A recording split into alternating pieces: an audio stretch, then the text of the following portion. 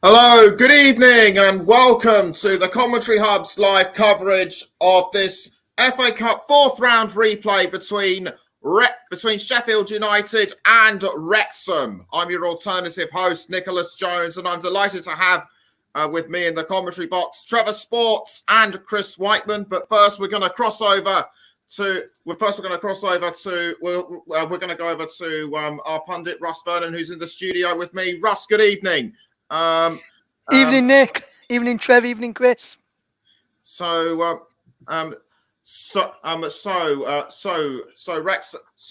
replay could well be the night of destiny for Wrexham. How do you see this one panning out? I think, Nick, it's going to be a good game. I think you saw the weekend Sheffield United. I saw the game against Rotherham of the weekend, Sheffield United, and they didn't really lay a glove on the Millers. So I think it's going to be a tough ask for them to try and get past Wrexham, especially the way Wrexham played in the first game. So for me, I think it's going to be a tough game for for Sheffield United tonight, and I can see Wrexham potentially, Nick, causing a shock. Yes, indeed, that could well be the case, given how well they played at the racecourse ground. In the previous game. Top scorer Paul Mullin made it 3-2, just 4 minutes from time for those who don't remember. And Blades captain John Egan levelled for Sheffield United with just 2 minutes left. If the Blades don't get through, I don't think they'll be too disappointed if they go out this stage because their main priority is promotion from the Championship after being relegated from the Premier League a couple of seasons ago, and their last FA Cup win goes back to 1925. It's going to be a tough game, as I said, for Sheffield United. Wrexham have been playing well recently in the National League. They almost won it in the first game at Wrexham, but you never know, Nick. In this one-off game today, we could see a shock. Sheffield United could prevail. But having seen them at the weekend, I think it may have got Wrexham win all over this. But don't ask me for a score, Nick, because normally if people ask me for a score prediction, I normally get the score wrong. So I'm going to go for one which Trev always likes, and I'm going to go for 4-4. Okay, so 4-4. Will this also include extra time and penalties? Yes, I think it's going to be 4-4 after 90 minutes. No more goals in extra time, and it's going to go to penalties. But I can't call penalties which way it's going to go. Right, thank you very Thank you very much, Ross. We'll have more thoughts. Later on. We're now going to cross over to Trevor Sports and Chris Whiteman. Gentlemen, good evening. How do you see this one pan out? Good evening, Nicholas. Well, as the old saying goes, Wrexham fans, welcome to Sheffield. A fascinating contest between two sides that arguably had the match of the round in the last round. Replays are for special moments like this. The prize is Tottenham at home. For a non-league side, there's no bigger that than the potential chance to scalp a Premier League side. But for Sheffield United, they could be Premier League bound by the end of this season. 10 points behind the playoffs in terms of the Championship, but a fair few points behind Burnley, which I know is going to make my co-commentator here with me tonight, Chris Whiteman, just a little bit happy. And he's joining me on Trevor Sports as well as the Commentary Hub, and you can see him in his little box there. Chris, good evening to you. What are your thoughts on tonight's game? Well, if the first game was anything to go by, then we should be in for another classic tonight. Obviously, late drama going into the previous game. Goal in the 86th minute. We thought they'd done enough, and then Egan came up in the 95th minute with more or less the last kick of the game to take us to a replay. It's a fascinating contest. Both teams lining up in a very attacking formation. Both of them having their own kind of player, either on a 3-5-2 or a 5-3-2, which obviously is fairly flexible in this situation. So they're going toe for toe position wise. So it should be a fascinating contest. And Wrexham, you forget these guys are a non-league team. So to go toe to toe with a team that looks like it's destined for the Premier League next season, they should be very proud to have at least held their own in the first game. And anything from this point is beyond expectation. Well, expectations are certainly set high due to the fact that Wrexham themselves have their Hollywood owners. Rob McElhenney of It's Always Sunny in Philadelphia and Ryan Reynolds, which I believe is known as the Deadpool around these parts. Hollywood owners, a documentary, a huge following in the United States. The game itself tonight is live on the States, so where it's recorded. Wrexham's FA Cup run is one of the highest rated footballing matches recorded in the States. So Wrexham very much twinned with California and New York at the moment. What do you think the difference that the two Hollywood owners, if we should call them that, have made to the club? Because they've certainly embraced life in Wrexham. They have. It's nice to see owners that have gone in with open minds and really embraced the culture as such. I know, obviously, Ryan Reynolds is an interesting personality in itself. But over that particular neck of the woods, the other side of the pond, it's called a funny name, which I'm not going to say. But over here, obviously, I love the fact that he's embraced the whole, we're not English, we're Welsh. He corrected so many American pundits on that one. He was like, there's a big difference. So he's very much got well into being a football fan as well as being an owner. So I'm both of them have, quite frankly. And obviously, they've been spending a lot of their time and money on advancing Wrexham in terms of their facilities. Obviously, I think their stadium's having some work at the minute. I mean, they already had a fairly impressive stadium for non-league as it is, but it's going to get even better. And they're going to very much be... I mean, I'm surprised they didn't get promoted last year. They came ever so close. So I'm pretty sure they'll give it a good go this time round.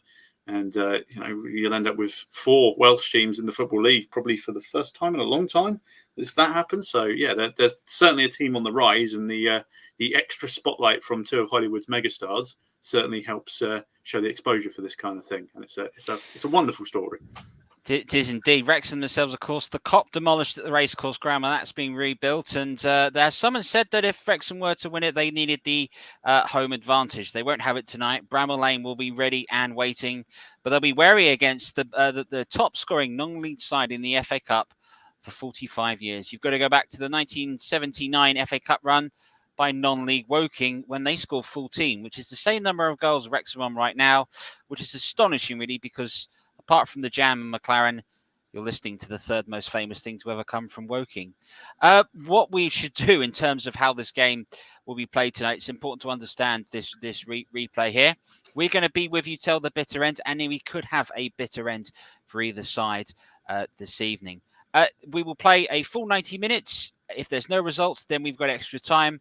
Then if we've got that, then it'll be the luck of a penalty competition to settle this contest tonight. In terms of goal scorers, or perhaps the second best goal scorer in the football pyramid at the moment, Paul Mullen on 27 goals. Do you think Sheffield United will be able to contain the Liverpudlian? Well, they'll certainly know about him after the last game. Very nearly won the whole fixture. So if that wasn't a warning shot, I dare say they'll very much take him seriously this time round. But informed strikers are very much a thing. When they know where the goal is and they're finding it regularly, it doesn't matter what division they play in. If they're sharp and they're feeling it, they can find a goal from anywhere. So a man in form, Mullen, and he will probably be the danger man for Wrexham tonight. So I fully expect Sheffield United to show him all the respect in the world. Yeah, 27 goals for Paul Mullen at the moment and doing a fantastic job. Before we get going with the lineups, and we're just watching some of the shots, so just to let you know how you can interact with us here tonight, you're listening to live alternative coverage of this FA Cup 4th round replay between Sheffield United and Wrexham. You can listen to us on the Commentary Hub, or you can watch us on Trevor Sports. That's at Trevor Sports. Pop that into Twitter. Come and interact and join with the chat as we get going with the game. At the same time as well, feel free to comment whether you're listening on JB Sports or the Commentary Hub or Commentary Hub 2.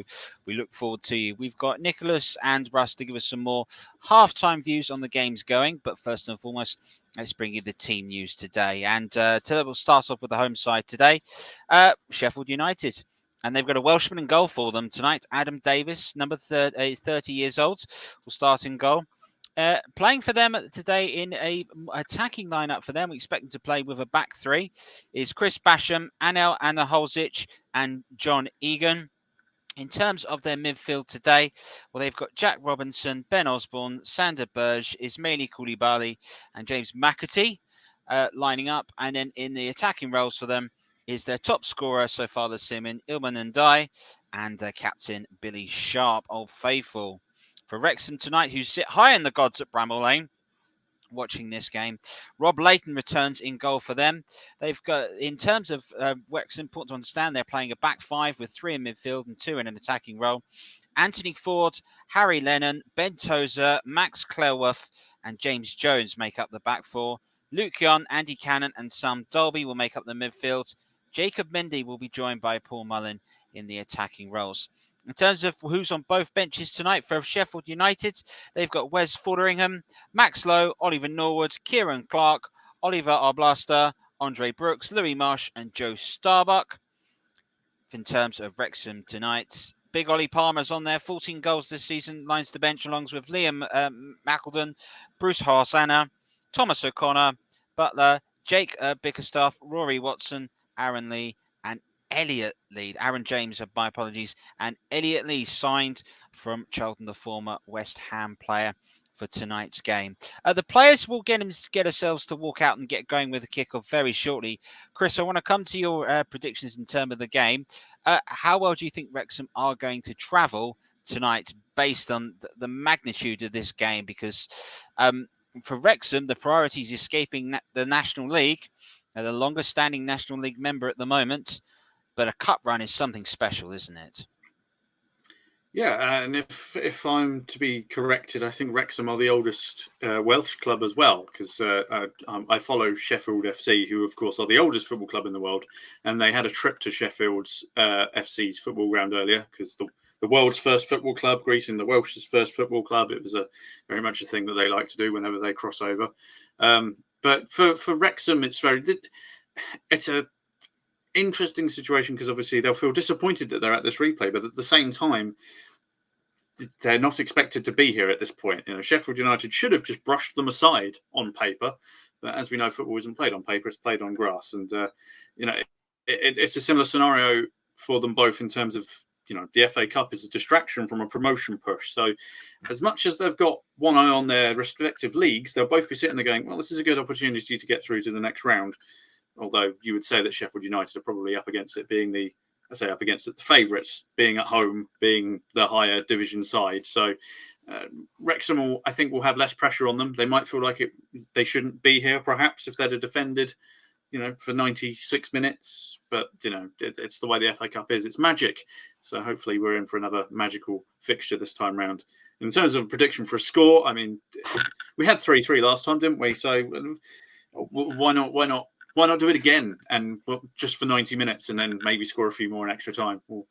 But this could go the distance, is what I'm saying. So, I reckon this may well be decided on penalties. I'm going to say 2-2 at 90 minutes is what I'm going to say with that one. 2-2 till 90 minutes, heading to extra time is the prediction. We've had 4-4 from Russ, which you can hear more of at half-time today. One thing to point out in terms of the FA Cup is what these two teams are playing for, and it's going to be Tottenham at home. So Tottenham will be back here at Bramall Lane or we get there. In terms of some of the updates, we are going to bring you some more updates as we get on throughout the day. There are also, obviously, of course, to remember, there are 3 other FA Cup matches taking place, and let's not forget about those. In terms of those games, well, Burnley are playing Ipswich, Fleetwood Town are playing Sheffield Wednesday, and Grimsby Town, they are playing Luton. We'll bring you any updates sporadically as we can throughout the night.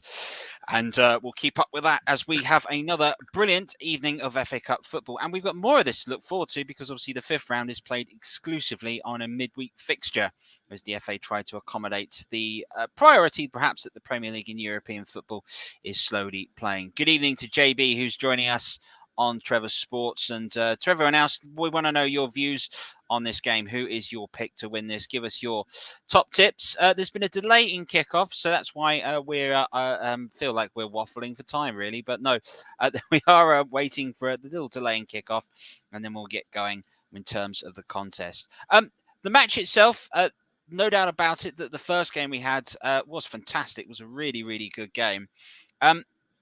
It always points to me that a lot of people have said that that in terms of cup football, for an underdog story, you need little things to go your way. You need a luck of the bounce and so forth today. When these two sides met at the racecourse ground, it was Sheffield United that had the luck of the bounce. Ollie Palmer's wonderful hit crashing off the underside of the bar. In a change to that, where do you see Sheffield United getting through? How are Sheffield United going to beat this Wrexham side this evening? I think there's two ways they can do it. They can hit them straight out of the gate, or they can wear them down, because it used to be the great old equaliser. The fitness regimes of the higher division side would normally come through in the end. Didn't really show itself, obviously, over 90 minutes of the previous fixture, but who knows, if it goes to, say, extra time, those tired legs and minds of a non-league side might begin to show. But non-league has come a long way in its own right with their clubs. A lot of them are clubs that are full-time now because they've been in the Football League before. So it's an interesting idea as to what Sheffield United could do. But it's really, they're matching up toe for toe, more or less, formation-wise. So it is going to be a case of who blinks first. Wrexham could go for it straight from the get-go. Who knows? But this is the magic of the FA Cup. We've got no idea what's going to happen. It should be another fascinating contest, and hopefully it'll be full of goals. Well, both managers themselves know the fact that there's no if you've got your greatest advantage is the fact that you can attack. Why don't you attack? We're underway at the moment. To let you know, it's FA Cup fourth round replay between Sheffield United and Wrexham. Paul Heckingbottom, the manager of Sheffield United, and Phil Parkinson, the manager of Wrexham, are getting us going. Important to know here today that it is Wrexham that are in the change of kit today. They are in all blue, and it is Sheffield United that remain in their home kit, of course, affectionately known as the Blades, and they will be kicking us off. They are going from right to left, and it's straight away Wrexham that have a possession and a throw in just over on the far side, about a third of the way into the pitch. And it's important to understand for Wrexham, their big weapon will be big Ben Tozer's long throw, which he throws in and flick on at the moment, looking for Mullin. Just been denied at the moment, at the key moment. And the referees, both of them, as James Jones just decided to put his foot in just a little bit too much at the moment. And a little pass back by Sander Burge allows ball to be broken away by Lennon at the moment. Here is John Egan that got the crucial and heartbreaking goal from Wrexham's standpoint as the conclusion to the match happened. Interception made at the moment, and now it's broken away by Andy Cannon. That's an early ball over the top at the moment, and there's runs ahead of either man as it's bursting into the box. It's a good clearance, it has to be said. Chasing at the moment is Jones again. And it's claimed back. It's good early possession at the moment, but still possession yields pressures. Harry Lennon's put under it at the moment and loses it. Now it's a chance for Sheffield United to break away early. Early goal would settle a lot on nerves. Billy Sharp colliding in the area. Shouts not given at the moment. And Sheffield United continue to bring the ball away at the moment and pass it away. Sander Burge now into space at the moment, which is lined up by Ben Osborne. He passes it inside to Jack Robinson. Osborne again at the moment. Now a little ball inside, potentially looking for a little run from Ismail Koulibaly. Burge again, Osborne again. Comfortable on the ball, Sheffield United already pushing Wrexham back into their own half. It goes wide over on the far side. Cooley back at the moment to Anel Adzomovic to pass it forwards. And now at the moment is Jack Robinson. Under pressure, Cooley back, and Sheffield United easily at the moment comfortable on the ball, happy to play it away. JB Sports says there'll be 4-4 after 90 minutes, 6-4 after extra time, and Wrexham to wins on penalties. I don't think I've got the heart to be able to do that. I'm sure I'd lose my voice if that game was to persist. Still, I've got a willing debutant available at the moment. Here is Ismail Koulibaly. Lovely little touch inside, but it's just cleared away. Pressure here looking for Billy Sharp. Opening chance. Lovely little pass, and it's a good clearance that had to be made by James Jones of Wrexham. Ball is cleared away at the moment. Now it's picked up by Adam Holzvich. Here he is now, under pressure by Mullin. And certainly, whenever Sheffield United have got the ball, there's a Wrexham player diving on them to do their best to remove it. Here's Ismail Koulibaly. That's a clever little ball which is played forward at the moment into the middle of the park, made by Sander Burge. Now it's a little pass out wide, which is played through to Ismail Ndiaye. It's cut out at the moment. It's now broken through to Sam Dolby. But straight away, Sheffield United have picked the ball up. Burge again. Little pass out wide. Oh, Nathan Teller, who's got Burnley off to a cracking start. 1-0, Burnley Ipswich. Well, there you go. We've already got a goal. We've just it's at the wrong game at the moment, but there you confirmation. Keeping an eye for us is our ever-present Burnley connoisseur, who's told us about that goal. Andy Cannon here losing it, and the clearance trying to be made at the moment from Wrexham's standpoint, but it's just not going. It's Jacob Mendy that's found himself all the way back. Jacob Mendy, of course, a former Boreham Wood player. Just one goal to his name so far this season, as things stands. So Chris is going to keep us updated with all the goals as they fly in today, and hopefully we'll have a few to bring you over the course of the match. And that's what we're all here for, folks. Good football to be played by all. There is a little touch inside by Ismail Koulibaly. Chris Basham, clever little pass at the moment. Now to Osborne, under pressure. Easily back to John Egan. And Sheffield Wednesday comfortable with the ball, keeping it just on the halfway line. Wrexham certainly hanging back. Ipswich have equalised. What is going on there? Well, we might be at the wrong game, George ladies Hurst and has just gentlemen. We'll wait and see. Dear It's me. 1-1 at the moment between Burnley and Ipswich. Goodness gracious. Is there a scoring opportunity? No, it's a good header away by Max Cleworth. Gets it over the top at the moment. Sharp here. Was he pushed? No, says the referee. But in the end, Cleworth wasn't able to deal with it, and it's gone out. And that is, as things stand, an early throw in, which is coolly taken. This is Osborne for Sheffield United. Koulibaly. Obviously, Ismail Koulibaly that we are talking about here from Mali, the number 17. This is Sander Berge. Clever little pass, just able to get it just around past Sam Dalby of Wrexham United. Now it is Chris Basham to bring it forward and look for the return. Can Basham get there? Mendy put him under pressure from Wrexham. And in the end, it's not the case. It's gone out. It's a goal kick. We've played just under 6 minutes. It's Sheffield United 0, Wrexham 0. And that was a good little football exchange there. Yeah, it was. They're definitely using the overlap well as Sheffield United. It's opening up all kinds of space behind the defence, and it's forcing Wrexham to be a lot more conservative with their formation. So they're looking to just stretch the defensive barriers that are in front of them just to see where the space is. And, it's early doors. So it's just a little bit of, it's the equivalent of a jab. They're just doing a few jabs, seeing where the gaps are. I dare say they'll look to build on it. Well, Rob Layton with a long, high goal kick. Well-established Wrexham player has signed at the start of the season before last. Early touch at the moment for Jones. Now it's out wide at the moment to Ford. And Ford's just been caught out by Osborne. Chance to break Ismail Koulibaly to bring it forward for Sheffield Wednesday. Now it's Ndai. Now Osborne, who's seeing a lot of the football at the moment and quite coolly. John Egan, little pass across, and confirmation at Turf Moor. It's Burnley 1, Ipswich 1 at the moment. That's the only other goals that we've seen. Played 7 minutes of this fourth round tie, and they're flying in just a few miles up the road, to be fair. Sheffield United, of course, hoping to return to the Premier League after being relegated in 2021.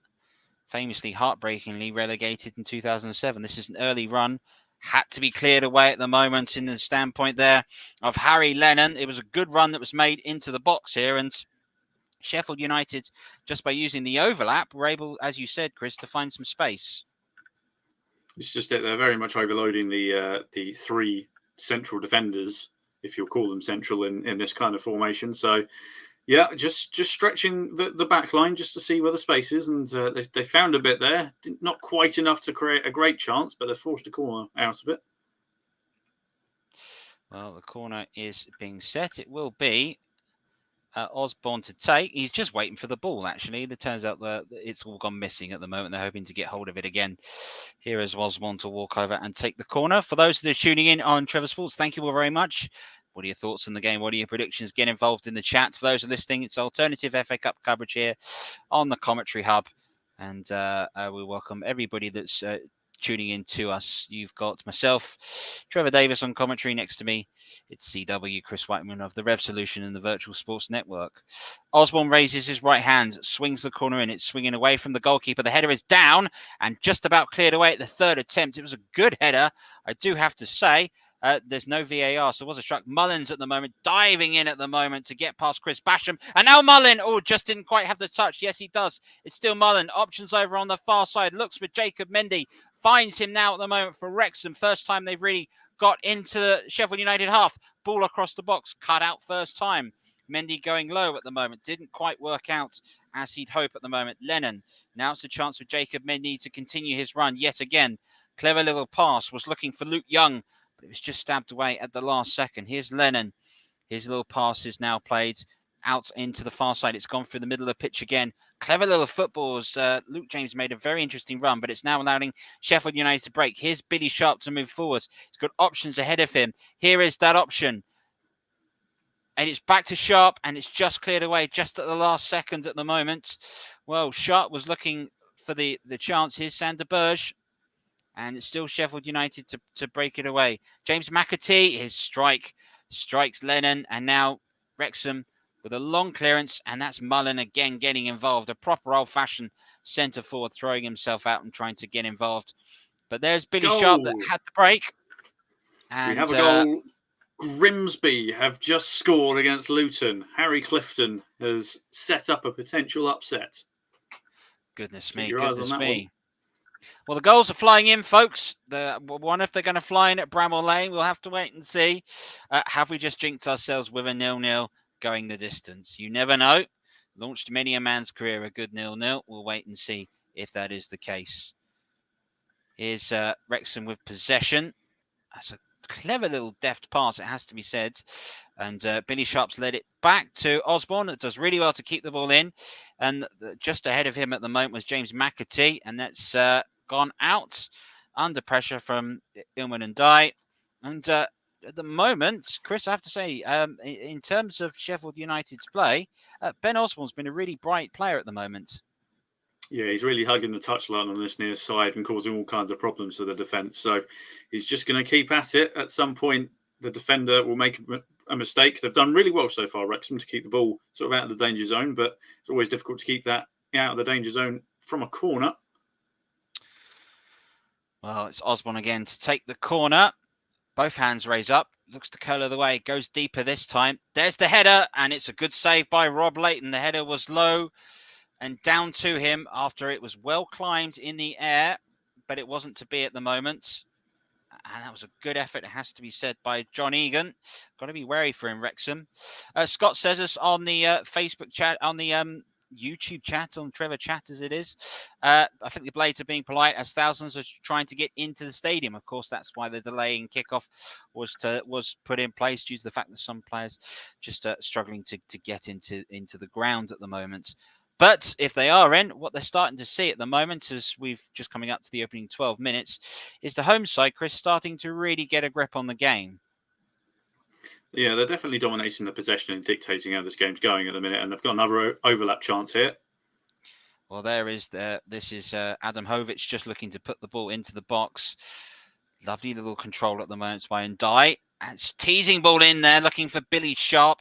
Just turned on a sixpence and looked to curl it across the face of the Wrexham defenders, but in the end, it wasn't quite in there. Ilman and Dye, 10 goals for him. He's their top scorer at the moment. But in the end, Billy Sharp was just offside. I didn't see a linesman flag, mind you. No flag, no. But then there's no VAR, so we're just going to get the honest opinion of the officials today. So. But yeah, they're just forcing that crossing opportunity at every opportunity they get. Should I say? I've said it twice in a sentence, but there we go. They're enjoying creating crossing opportunities. Is the basic from that one. Although Wrexham could come away here. They can't. Options out wide. If Mendy could find him, he can't at the moment. It's more chances for Cannon. Now it's back to Mendy, who's looked lively when he's had the ball. Quite happy to take on Birch. Back into Cannon, looking back for the run of Mendy. But in the end, it's well ushered out, of course, by Chris Basham. And Sheffield United have the goal kick. And in terms of the opening few moments, Paul Heckenbottom, he's got to be pleased with how his players have started this. Yeah, it's very much a case of don't give Wrexham anything to build on from the get-go, more or less. So they've just kind of kept the ball, made sure that they've been smart with it most of the time. Wrexham have had a couple of isolated chances to get forward, but they haven't really done anything with it. But then Sheffield United have been limited to that one chance from the corner. So both teams just still playing the safe game at the minute. Wrexham were always going to be the team to sort of sit back a little bit to begin with. So it's very much going as the script would say at this point, I suppose. Here's Billy Sharp for Sheffield United. Will Sheffield United read the script, or will it be Wrexham's opportunity to go and break the mould? Little run jinking into the area. Appeals that have been made from Ndiaye, but it's not been given. Cross towards the far post. It's headed away by Mendy that has got there. Now it's Cannon, number 20, to break it away. Cannon slams the ball away, but in the end it's picked up coolly and calmly by John Egan of Sheffield United. Now it's a chance for Luke James. That's a clever little pass into the middle of the pitch, which is met by James Jones. He looks to try and play through to Mullin. Good defending. Really good defending by Jack Robinson. Came across and just denied Paul Mullin the opportunity to burst through. This is Ismail Koulibaly. And Ismail Koulibaly's pull is picked up wide. It's now picked up by Sander Berge in the middle of the pitch, and he continues to just... I can't believe you missed the opportunity to say that Cannon fired it away. You had an open goal for that sentence. I believe you'll find I've made a cannon and ball joke there if you look carefully. But there we go. We'll move into the puns as they arrive. And they are going to arrive a lot this evening, ladies and gentlemen. So, folks, hope you're all enjoying this one. This is Osborne and Billy Sharp there, just looking to move at the back heel. Not quite gone to plan at the moment, but so far in terms of how this game is planning out, it is certainly defence versus attack, but a counter-attacking setup by Wrexham. Here's Robinson, take the throw. Little flick on at the moment by Ndiaye, and the early volley by Billy Sharp was well marshalled by Rob Layton. Second attempt on anger, shot on target at the moment for Sheffield United. It was good work in the yard by Ndiaye, who really did act the role of a target man. Billy Sharp coming in as the poacher. Rob Layton proving why he's the goalkeeper. Wrexham go long. It's Ben Osborne under pressure at the moment. Oh, Luke Jones coming forward. Mendy's come forward. Oh, it's just played out of the reach of the darting Sam Dalby. And in the end, Adam Davis of Sheffield United is able to clear the ball away coolly and calmly. Here's Koulibaly again, who's seeing a lot of the ball for Sheffield United at the moment. And the Blades, of course, Sheffield United famously once met Sheffield Wednesday in an FA Cup semi-final. A fantastic game won by Wednesday 2-1, who went on to lose both the League Cup and the FA Cup finals to Arsenal that season. And 30 years on, the same thing happened to Chelsea with Liverpool. Of course, an Andy Linnigan goal denied a penalty competition in that which was the last FA Cup final to go to a replay. Oh, lovely little run at the moment by Ndiaye. Oh, the effort has been well struck and well marshalled. Harry Lennon making the block. Looping ball in, which is well left. And it's more pressure arriving at the moment. There is Jack Robinson. And he's just picked the ball up and looking to float this in. But this is real good work for Ndiaye. He's looked really lively today, Chris. Yeah, they're looking pretty feisty, the strikers for... Or should I say the attacking players for Sheffield United. Billy Sharp getting on that early chance a few moments ago where he didn't quite keep it as clean as he liked, kicked it as clean as he liked, should I say. But they're definitely very punchy. Well, there is going to be many opportunities to show what you can do in this game on the basis that we do think that this may well go the distance. Rob Layton again going long for Sheffield United, looking for the flick on. Eventually, the second ball is one. I'm sure Phil Parkinson has talked to his players lots about winning the second ball. But in the end, Luke Young has lost it. The run being main forward by James McAtee. Lovely little layoff to Billy Sharp at the moment. Left-footed cross into the box. Oh, it's good defending in the end.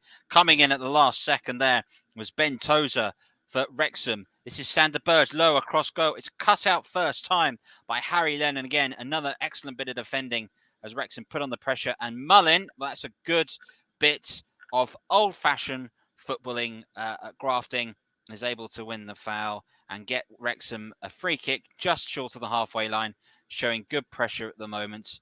And you can see there, he's an old pro. He knows exactly what he's doing. and he was able to go and get the better of Adam Hosevic with that one. Paul Mullen, of course, 27 goals this season. Really is knocking them in for fun at the moment. And Rob Layton, the Wrexham goalkeeper, has come forward. Looks like they're going to go long and cross field. They're looking for Mullen. He gets a flick on. Here he is now. Now it's gone out wide to Andy Ford. And Ford there was cut out, and that's good defending by Koulibaly. Now Sheffield United can break the ball away. Here comes Ben Osborne. Billy Sharp. Clever little pass. Back to Sharp again. Looks for the ball outright. This is Ilman Ndiaye. Early ball into the box, but in the end, the run on James McAtee was just not able to be picked out by Ndiaye, and Leighton guards it well.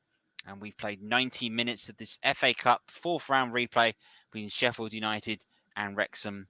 We had a goal within a minute when these two sides met. Sheffield United had scored early, but the second half was where the action happened.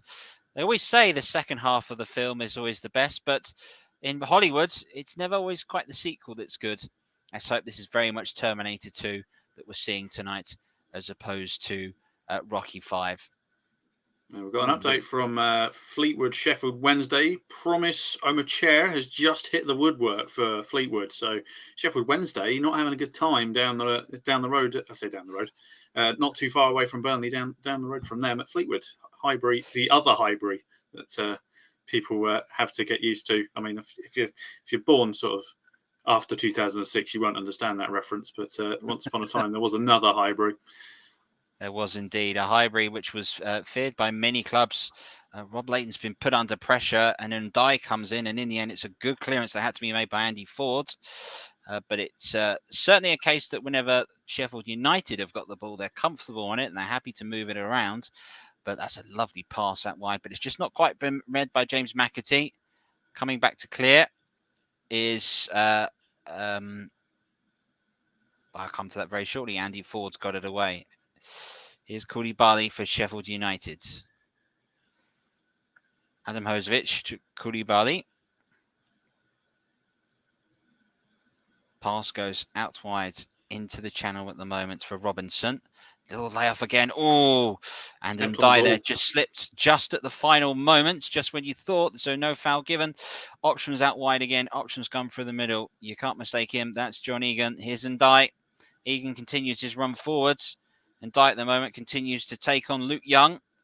Got support at the moment. Here it arrives. Ndiaye again. It's looked very lively. He's enjoying himself at the moment. But the chances have arrived for Sheffield United, but the goals haven't. And that's got to give Wrexham hope, unless this hope can be shattered for them in this moment. It won't be. There was a turn. There was a strike in the end by James McAtee. But in the end, the strike is high wide and not terribly handsome, really.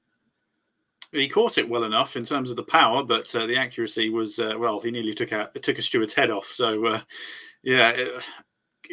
half a chance, but if he catches that cleanly, I think the goalkeeper's probably got it covered. But nonetheless, Sheffield United certainly having pretty much all of the chances so far. I think Wrexham have yet to trouble their opposition goalkeeper. Yeah, Adam Davis for Sheffield United, the only Welshman on the side for Sheffield United. And then to be fair, there's only one Welshman in the starting lineup for Wrexham, and that, of course, is Max Clareworth at the moment. But with the Hollywood owners comes a Hollywood budget, and they can certainly sign some top-class players for the National League. Very much looking like it's between Wrexham and Notts County for who will make their way automatically into the Football League. And of course, the playoffs to go, and Chesterfield and Woking are all involved and going strong at the moment. And dare I say it, mighty Aldershot are 4 points away from the playoffs. That's going to get squeaky bum time for us fans on the East Bank, but we'll move on from Trevor Sports' favourite side.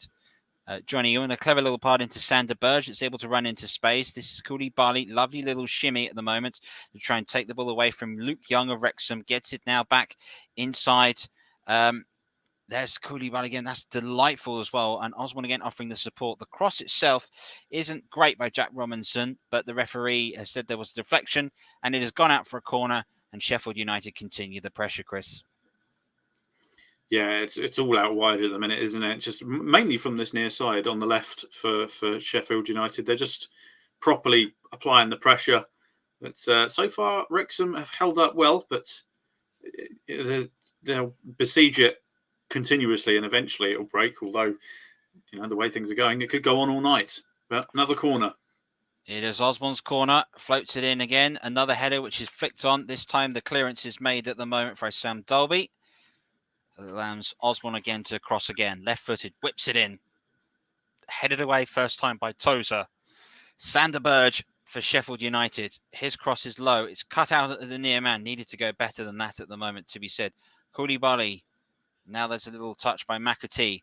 Long looping ball for the header in and a header away off the line. That's Tozer again. Second attempt came in at the moment. It's Bantam Mullen, who was just trying to turn John Egan, but was brought down by him. What will the referee's actions be here? He's just going to allow play to happen. It is not going to go and punish anyone for this. Referee today is Lee Doughty. And this was the header. And it was Tozer that got the header away. Yeah, I was going to say, I think it came off the defender. So I think if Sharp had got there first, that would have probably been our goal. But not this time. Well, here's Jacob Mendy now for Wrexham. Here is Tozer, who has a Rory Delap-like long throw. Really is a real weapon for them if they require it in the game. Flick on looking to be made by Dolby. But Burge reads it and tries to bring it away. Now here is Koulibaly, number 17, outside of the foot. That's a delightful little ball straight away. James McAtee. Try not to say James McAteer when he's got it. Burge moving forward for Sheffield United. He's forced out wide, forced back in. The long strike, and it is a very, very long strike that arrives from Ismail Koulibaly. Flies a long way over the bar, and it is an attack versus defence at the moment. That is very much a case of high, wide, and not at all handsome. I don't think he stayed on his feet either. He slipped as he hit it. It's smackers of desperation a little bit, perhaps a little bit of frustration for Sheffield United there, that they haven't quite broken through Wrexham's defence properly yet. So it's 25 and a half minutes in, and it's Wrexham holding firm at the minute, which is probably what their game plan was for the first half an hour. You would think. But they're still yet to cause any problems on the attacking side of things. Well, there's plenty of time to change that. Scott from Sheffield United fans says it's been a problem for them all season. Plenty of the ball with no impact in front of goal. Just lets you know how important it is to have a top-class centre-forward available. Of course, we saw a top-class centre-forward getting a record-breaking goal on Sunday. Harry Kane's goal to beat the great record of the great Jimmy Greaves was live here on Trevor Sports. I shall go through some more scores during the next minute of break and play, but we're going to wait for this break for Robinson that flicks it back to Sander Berge for Sheffield United. That's a cool little pass, which is made, of course, for Adam Hovic. Little pass looking for the run of Ndai, and the deflection here is broken right to the heart, and Jacob Mendy's got to do something for Wrexham. No need to do so. It's another long-range strike, and it's starting to look like a bit of a frustrated Sheffield United side here, and they had the luck of the draw, but the finish just wasn't applied, was it? Yeah, another long-range shot where the striker's leaning back. It wasn't ever really going to trouble the goalkeeper. But yeah, it's starting. A bit of frustration is starting to set in for Sheffield United. They just need to calm it down because there's still plenty of time to go yet, and it's 0-0. We don't need to get silly. No, James McAtee that. I'll go through some of these scores as the updates as we all hit the 27th minute. Burnley and Ipswich is 1-0 at the moment as things stand. Fleetwood and Sheffield Wednesday are 0-0. Grimsby are leading Luton by a goal to 0. The game you're watching, Sheffield United and Wrexham, is currently 0-0. Oh, just needed a flick on Cannon looking to find Mullen, but it wasn't the case at the moment. And now Anthony Ford comes across to make an interception. This is Ben Tozer. Left-footed, plays it back to Rob Layton, who will have to clear this and does so. Gets it well over the halfway line. So not often I've seen a side play long ball as good as this. Here is Paul Mullen at the moment. Little turn by Mullen. Shot by Mullen. I got very excited. The first sight we've seen for the non-league side today. It was a good long ball that was played through to Mullen. He did well battling against John Egan. Lovely little turn to beat Adam Hovic, but the finish wasn't quite there, Chris. I think it took a deflection, so I think they're going to get a corner out of it. Yeah, definitely took a flick. So yeah, they've got their first sort of major chance here to cause some havoc in the box. Well, set pieces. Underdogs have won FA Cups with set pieces. Here's Luke Cannon, the captain tonight for Wrexham. And it is headed away first time from a Sheffield United defender. Back into the mix at the moment by Cannon. Oh, Ford That's a lost it. hospital pass. It's a disaster at the moment. Breaking away at the moment is the big moment. It's James McAtee. Oh, he's missed it. Goodness What a me. miss. James McAtee was through hospital pass. It's the best moment of the game that's arrived. And McAtee, well, for whatever reason, his radar eluded him on this situation.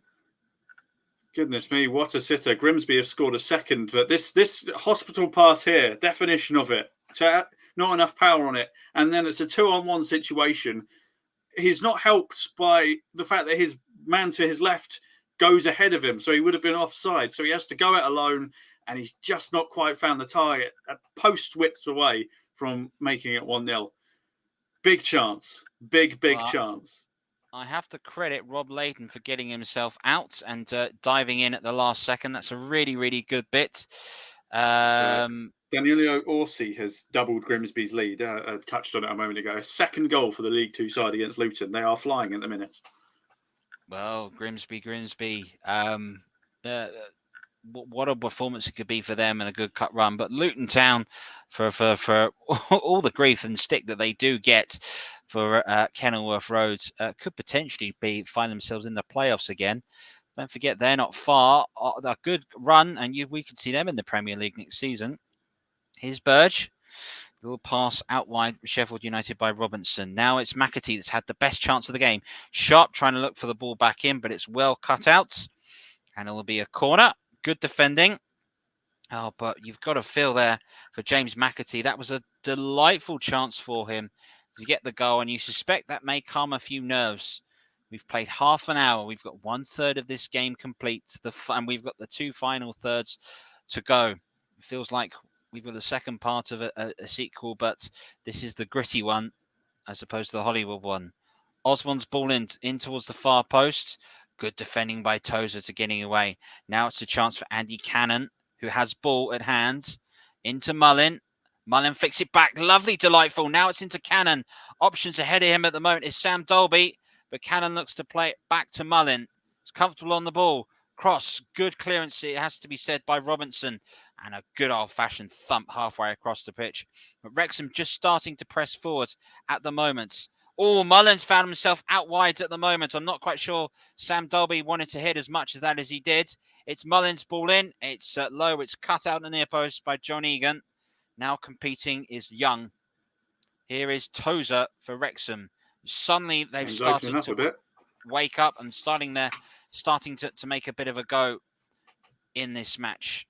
Mendy at the moment trying to get through. That's a pass which is made away by Adam Hovic. Wrexham perhaps showing their best bit of football by chasing everything down. There's Mullen at the moment chasing down Adam Hovic, and Adam Davis clears it, the Welshman for Sheffield Wednesday.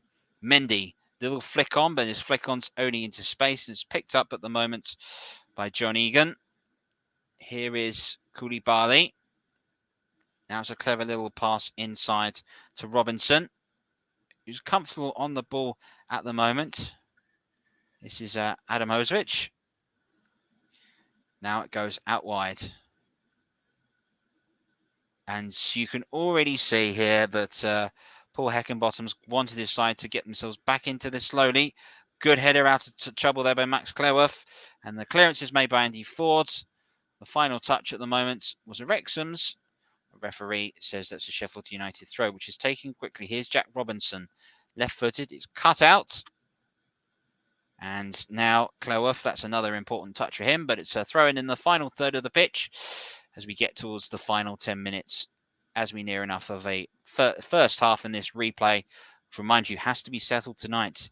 If it goes to extra time, we'll stay with you. If it goes to penalties, we'll be with you every step of the way.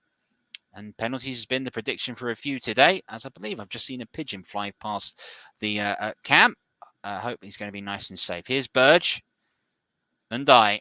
Look lively when he's had the ball. Koulibaly for Sheffield United. Passes it across the middle of it to Burge. There's options out wide. Burge has just seen it now. Here does come the pass across. It's a bit of miscontrol to be said by Adam Hosevich, but the referee's unmoved, and the throw-in goes Wrexham's way. Wrexham will be very pleased to have possession. Wrexham wanting a handball shout on this one.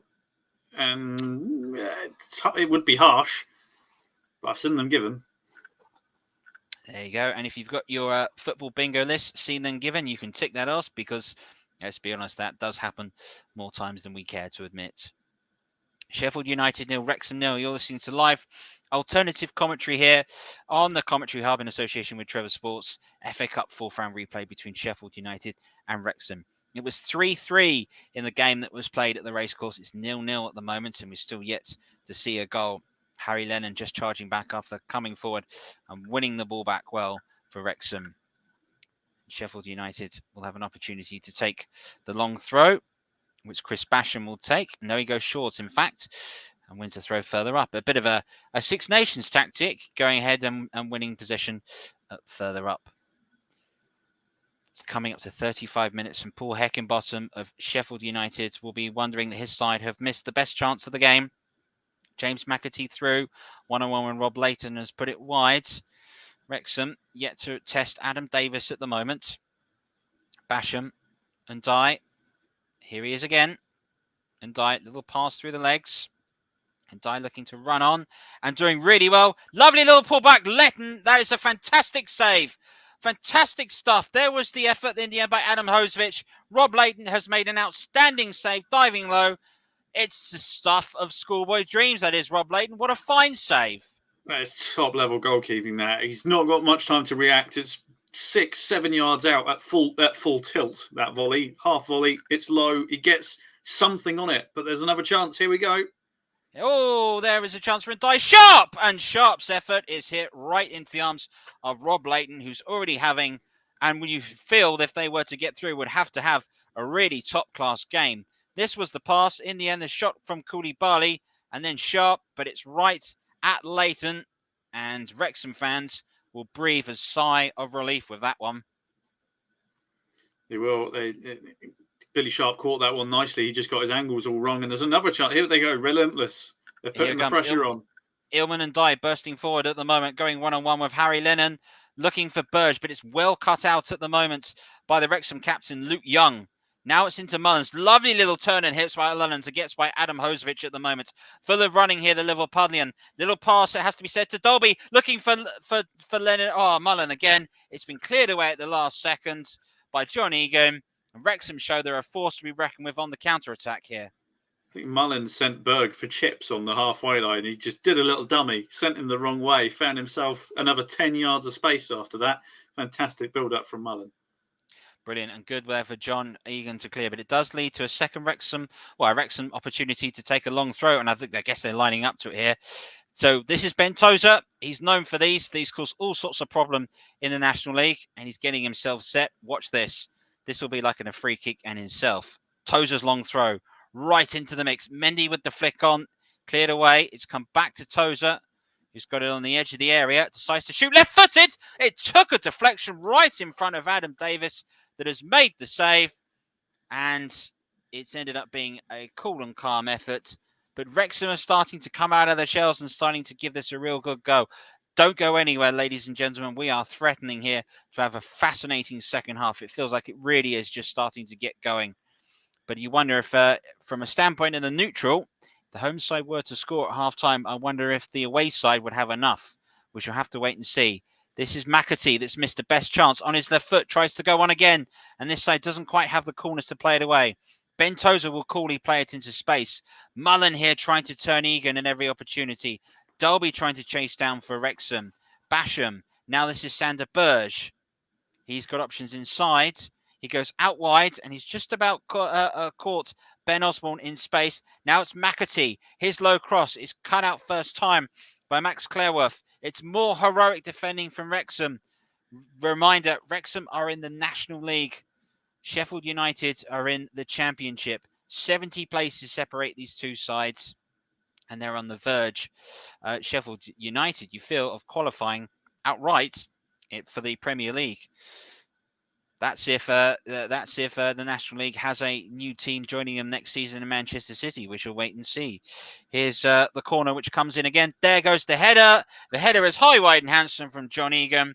Another corner was floated in by Ben Osborne. Sheffield United have looked lively in the air, though, tonight, Chris. They have, but again, they're just lacking that final touch, aren't they? Just a calm, collected head, quite literally in this situation, to finish off a great opportunity. Other news from the other team in Sheffield: they've just hit the woodwork against Fleetwood. So both teams in that match have rattled both the post and crossbar. Lee Gregory nearly scored on that one, but we're just seeing a replay again of that chance. Who was it? I can't tell who it was running with him, but he just strays ahead of him, so he can't pass it to him, and he's forced to take it on himself. Yeah, so it's a tough one. It's Ilman and Dye. If he, and you are spot on here, Chris, if Ilman and Dye checks his run, then McAtee can just roll it across to him and Dye scores inside an empty net. But that's the experience you need, and that's the instincts you have when playing at centre forward. It's all about learning to play where the offside opportunities arrives and to play within the rules as best you can. As a football manager once said, to me, you've got your yellow cards, use them. And Mendy does well to head the ball away as Chris Basham was charging in at the far post for Sheffield United. Jacob Mendy today, former sign from Boreham Woods, Spanish by birth, with only one goal to him this season for Wrexham, has cleared it away. It's another corner. It'll be taken again by Ben Osborne. And here he stands steady. Lennon and Kelworth might have their work cut out. Certainly at the moment, Egan and Basham are seeing a lot of the ball. Corner is low. It's looking for Burge. Oh, it was well cut out at the near post. And a foul was called. It was a good little bit of training ground routine. But in the end, our referee says, no, there was an infringement in that build-up. And Rob Layton will take the goal kick.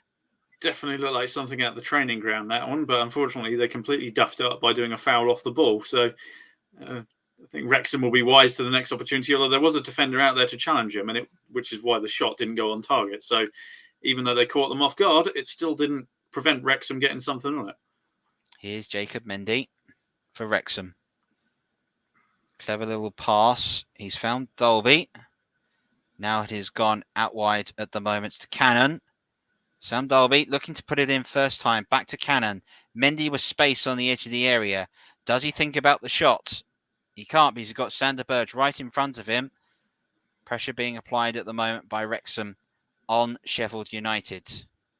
Here's Andy Cannon again, looking for the crossing opportunity. Mendy does cross. In the end, it's going to be cleared away by Ismail Koulibaly. And it's back to Tozer that got to win that and does. But I'm not quite sure that in the end, the header needed to be taken away. Just as panicky as it happened. There is Phil Parkinson for those that are watching today. Some say it's one of the most impossible jobs in football to get Wrexham out of the National League. But he's on the verge of it. 2 games in hand and 3 points behind Notts County. Could well be. Of course, the mighty Aldershot to come at some point for Wrexham and Notts County. So they may struggle with points there, I hope. Here's the little pass back again. And here is a man that's seen a lot of it today, John Egan, but not able to crack it. Here's Robinson. That's a low ball looking for Billy Sharp. Was his shirt held there? It doesn't matter because Sharp's got it away. Had a Kelworth. First time ball in. It's got to be cleared first time. And dives in. In the end, the number 30 gets it away, James Jones. Now it is Koulibaly for Sheffield United. Now it is Adam Hosevich. John Egan. Burge. Adam Hosevich has continued and is just lurking around the area at the moment. Koulibaly. Robinson. Osborne. Sheffield United finding their groove a little bit at the moment. Maybe so is the match commentator. Van Dijk. Robinson. Burge. Pressure again from Sheffield United as they continue to have the ball. Wrexham with everyone back at the moment. Could it be a long-range shimmer and strike? No, it looks like it was just a slip at the last second, as you said, by Adam Hosevich. Now it's Mullen. Run for the middle. Can Mullen see it? He's looking to try once again to take on John Egan and get past him again with that lovely little jink that he does. but it's not to be. 2 minutes to go till half-time, and we'll hear from Nicholas and Russ at the half-time whistle for this one. It was Here's superb Jacob defending from Egan. It's got to be said. He stopped any pass opportunities to get forward. But here's Mendy. Mendy, that's a good-looking cross. It had to be cut out first time, and it was by Basham. This is Burge. And Burge's clearance here has been cleared miles into the air because it was blocked first time. Wrexham will have a throw in right on the halfway line. And Wrexham are slowly starting to grow into the game, Chris. And the longer this goes on, the more Wrexham fancy their chances. And they've somewhat weathered a storm this first half, especially with that opportunity, which should have been 1-0 to Sheffield United. And that's going to be the thing that plays in everyone's mind. Should have been a goal there. It's whether Sheffield United can just get past that, because they'll be feeling a little hard done by not being in the lead here. And frustrations will be starting to mount, which will be something that the manager will have to address at half-time. Just be like, just reset. Second half is a different story. But, of course, still a little bit of time left in this first half. Got a minute of normal time, and whatever the ref decides to add on afterwards. It's a goal before half-time now could be a real momentum swinger. Well, here's McAtee to bring it away. Left-footed. He's being chased down at the moment by Cannon. It's played back to Burge. He thought about the shot first time. Does hit it. It strikes Tozer, and Sheffield United will have a corner. And I'm hearing in my ear that could be about a minute or so of time added on. Won't be levels of what we saw in the FIFA Men's World Cup, where they are adding on 15 to 20 minutes. But FIFA have decided not to do that, which is good for them and the game. And this is Burge's effort. And it wasn't in the end Tozer that made the block. It was his partner in crime, Harry Lennon, that made it. Sander Burge getting set. The Norwegian. Here's Osborne's corner. It'll swing in. It's gone to the near post. Billy Sharp got there. Tried to flick it in at a tight angle. I believe a touch has been made. Referee today has also decided that is going to be another corner. So Billy Sharp with the armband. Another opportunity being marshalled. Osborne waiting for the ball. It's not coming back, is it? It's Wrexham fans just keeping it. There we go. They've got the ball back now. There's two on the pitch now. There we go. Too many balls, but we've only got one cannon, hey. Volleyed and thundered is what we're looking for. And Dye standing there right on the edge of the area. Osborne ready. A minute of time added on as predicted. We played 30 seconds of it. Final chance. The flick on. It's a good clearance, it has to be said, by Harry Lennon. He's got it a long way up. And look at Mullen at the moment. Completely caught out at the moment by Ndai. Now can Wrexham break away? They're claiming handball at the moment. James Jones is screaming at the official that Mullen was fouled. And there was a foul taken away. And I think the first yellow card is going to be issued. And quite rightly so at the moment. But the argument could be made here at the moment in terms of Ismail Koulibaly. Is he last man? Yeah, that's the question that's being asked. Was he the last man? Because obviously the man who was wrestling Mullen to the ground beforehand. There you go. So he's basically giving him a bear hug there. And then you've got Shirt pulling there too. So I think this may be he's pulled it back for the initial foul, which might be why. So they were trying to play advantage, I think, is what's happened there, because he's the one that's been booked. The person who overlapped then got fouled, but he wasn't booked because that would have definitely been a booking. Yeah, James McAtee overlapping. Final chance. Long ball floated in at the moment, looking for the little flick on. The clearance is made by Osborne, and that's it, ladies and gentlemen. Half time in this FA Cup fourth round replay. Well, I'll tell you what, the goals were certainly in the first game. The drama's going to be here in the replay. I'm certain of it. It's 0-0 at the break. It has been a fascinating contest. Sheffield United, don't say you haven't had your chances. They just haven't taken them. It's goalless at the break. Over to you, chaps. Thank you, Trevor. So a really tight first half. But even though there are flashes of attack and things like that, I'd have to say it was a bit of a dull affair. Wouldn't you agree, Russ? I would, Nicholas. Yes, it has been a pretty dull affair. Both teams have had the chances, Nicholas, but no one's really. There's been one real big opportunity for both sides, in which has been the McAtee chance for Sheffield United, where he went through and put it wide when it was virtually 2-on-1 in favour of the home side. And then when you look at it from the Wrexham standpoint, Nick, you've got to be looking at the best chance was that Mullen one, which was deflected well, and then they couldn't capitalise from that corner, which is where the Sheffield United one came about. So I think it's going to be a really tough game so far. And I think when I look at it as well, Nicholas, like you mentioned, being really scrappy, no real good chances for either side. I think it's going to be a tough afternoon tough evening for both sides. I think we might have extra time. I think we could see extra time of penalty, but my 4-4 prediction may be wrong. Okay, well, in terms of the other games who we've been hearing about from Trevor and Chris, out of the other matches, out of the other replays, who do you see going into the next round? Well, if I just look at the scores here, Nicholas, as well, because I'm going to get the scores up and let people know what the scores are at half time in those other matches in the FA Cup. So half time in the FA Cup is Burnley 1, Ipswich 1, and I think we may see Burnley go through. But I know Chris is here, and I'm hoping this is not the case, and sorry for this, Chris, as well, if you can hear me, and JB, if you're listening as well. I'm hoping Ipswich get through, just to see the reaction of our friend JB. It's Fleetwood 0, Sheffield Wednesday 0. I'm hoping Fleetwood get through.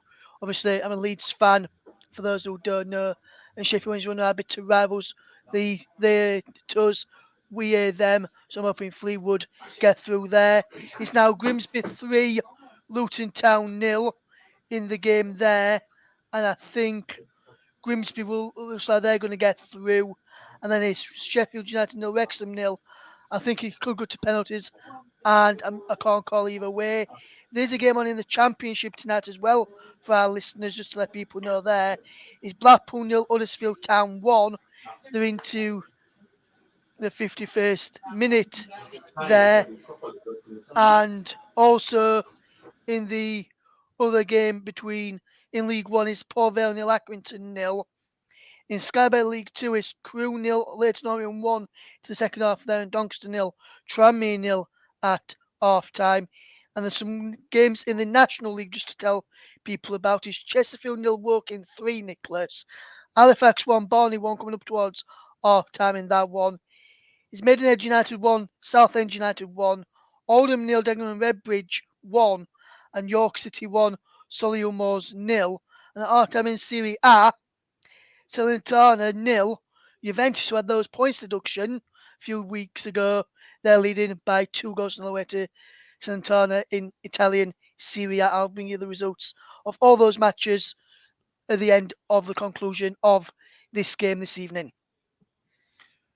Thank you very much, Russ. And speaking of Leeds United, who you mentioned earlier, whilst we've got nothing else to talk about right now, they sacked their manager Jesse March yesterday.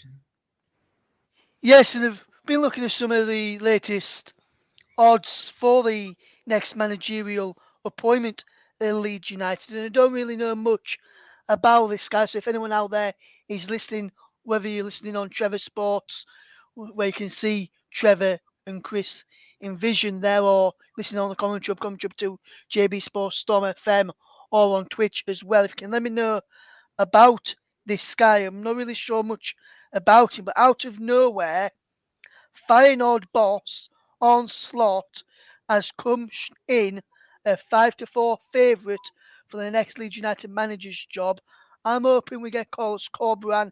He's now a 5-2, and in the last few minutes, I'm hearing that he's just signed a new contract at West Brom, regardless of interest from Leeds. This is from John Percy, by the way. He says this is very much deserved, and he's been an outstanding appointment for them. I'm hoping that Leeds, even though he's just signed that new contract there, has got that can trigger his release clause and get him in at Ellenborough, because that's the guy who I want. I'm not really sure about Onslaught because don't really know much about him, or Andoni Iraola, who's currently 9-4.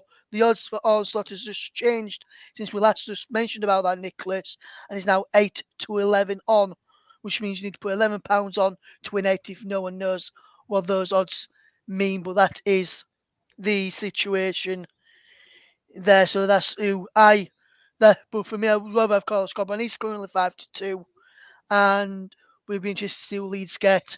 Hopefully, we're not going to be waiting too long for that announcement. Andrea Radrizzoni, the club owner, said earlier today that, and I'll just read the tweet out that he said earlier today, which is come out and said earlier today, he was asked when the new manager would potentially be appointed at Ellen Road, and he said, "We are on it. Hopefully, why smoke?" And normally with why smoke it means appointment by tonight or tomorrow morning. So hopefully, by the time before we come off air, hopefully tonight when we come off air, we may end up seeing the appointment of the new Leeds United manager. And if we do get it during this game, I will let people know that there. Thank you very much, Ross. But back to the here and now. What I can say about Paul Mullin is that he has scored at every round that Wrexham have played at from the fourth qualifying round onwards. When they first in their first game when they faced Blythe Spartans, they have subsequently gone through the likes of Farnborough, I believe, and also Oldham Athletic and Coventry City before meeting Sheffield United, as we know.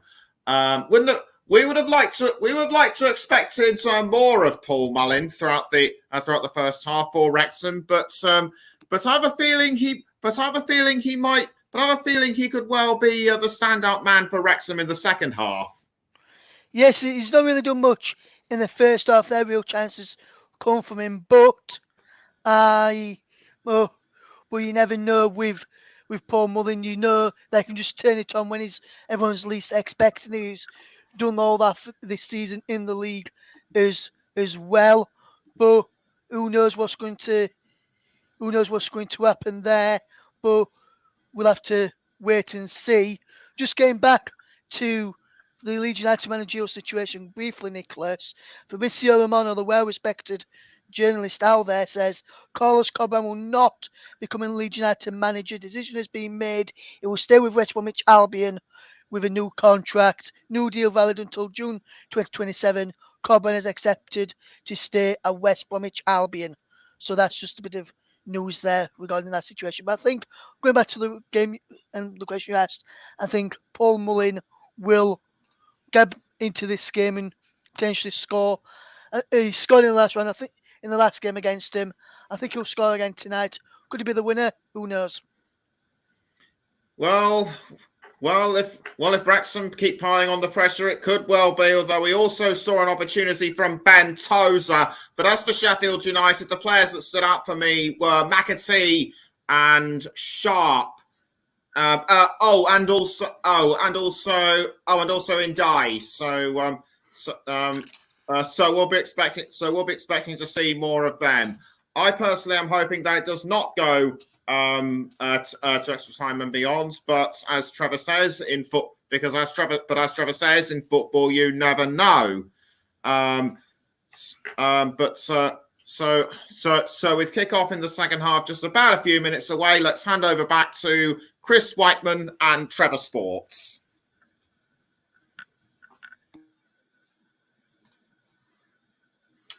Well, I'm here. I don't know if the other one is, but I've gone and got myself There a we drink go. and I'm ready to go. There we go. I can't believe, one, that Trevor's late, and two, Grimsby are 3-0 up. I went to go get a drink and it was 2-0, came back and it was 3. What is going on over there? Stranger things have happened in the FA Cup. It seems that we've got a big upset ahead of us. Are we going to see a big upset in the second half, though, Chris? Well, it would be good fun if there was, but the Sheffield United fans will be going, well, we want to go through just as much as they do. And everyone quite rightly are looking at the opportunity to get through to the next round of the FA Cup. Everyone loves a good FA Cup run. But this first half was definitely a cagey affair. Certainly a lot of feeling out being done. And, you know, we had a major chance, which, you know, in the gravelly voice of Sean Dyche, you know, it's the fine margins, you know. So it's things like that. That's what make the difference. If Sheffield United had gone in 1-0 up it could have had a completely different complexion. But at the minute, it is still anyone's game. And both managers were getting into him at half-time going, look, you've got 45 minutes. If you just get a goal, you're early doors, or hang on and get it late, you'll knock the stuffing out of them, and this game will be done and dusted. So who lands the first blow in the second half will be, well, it'll be massively important because it puts you in control of the fixture. Does indeed. In terms of both sides, there are lots of chances for Sheffield United, no doubt about that. In terms of how they played the game, I think it's fair to say they completely dominated it. Possession, well, they had 71%, 17 shots on goal, but only 4 on target. Could that be the root of Sheffield United's problems this season? Well, it could be. It's an alarmingly similar stat to the best comparison that I can put from something that I've witnessed is when Burnley played Liverpool in the Premier League a few seasons ago, and they had about the similar amount of possession, about 20-odd%, scored 2 goals from 2 shots, won the match. As much as you can have the ball all you like, if you don't put the ball on the back of the net, you don't win. And I think that's the alarming thing here. And 17 shots from Sheffield United, only 4 on target. So they've got to be a lot more clinical this second half. So whereas Wrexham have had 2 and hit the target once. So they're certainly getting a better grasp when they do get a chance of hitting the target. And if you don't hit the target, of course, you don't score. So it's all swings and roundabouts when it comes to statistics, but both teams will be looking to improve on their shots and shots on target in the second half. Yeah, it's going to become a very, very interesting second half to come. We're also going to keep you updated with all the other goals. I'll recap them for you just so you know, but as my co-commentator does keep one eye on this. Ipswich and Burnley currently are 1-0 at half-time. Fleetwood and Sheffield Wednesday are also 0-0 at half-time. Grimsby are, as Chris said, 3-0 up to Luton at the break. So what a performance has taken place from Grimsby. And for us here, Sheffield United and Wrexham is currently 0-0. But don't worry, it's not like the game sprung into life until the second half at the racecourse. And wonder if something that could be something similar that takes place today. We're just waiting for our pitchers to return. Seems to be a problem. Somebody's accidentally pressed on the wrong button, I would suspect. But there we go. We're all set to go. If you were Phil Parkinson, Wrexham's manager, you've got the likes of Ollie Palmer, who scored 14 goals this season, and Thomas O'Connor, the Irishman, that scored 6. At what point do you start to make changes towards the second half? You probably give it. I mean, it depends on how Sheffield United come flying out of the gates. If Sheffield United look to sit off a bit and slow the tempo, I think that'll be when you throw on some names to cause some problems for their defence.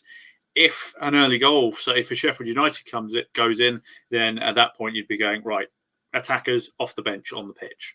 So it's very much a case of we'll see how the first 5-10 minutes goes. And I'm sure he has a plan for all situations in the second half. So he's a well-travelled manager as Phil Parkinson, and I'm sure he's the right man for the job at Wrexham. He's doing the sterling job, so he'll know what he'll do when how things play out. So we'll just have to see when he decides. Right, we need a goal. So well ultimately, he's got 2 accomplished strikers to bring on. So yeah, yes, plenty indeed. of opportunity there.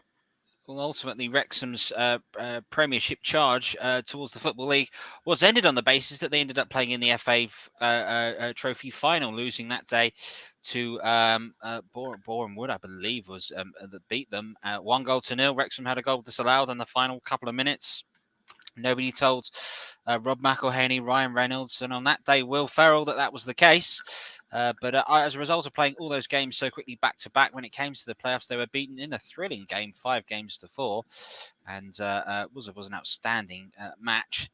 But we now wait to get going for the start of the second half. All the players have run out and getting themselves set. So Wrexham are going to kick us off.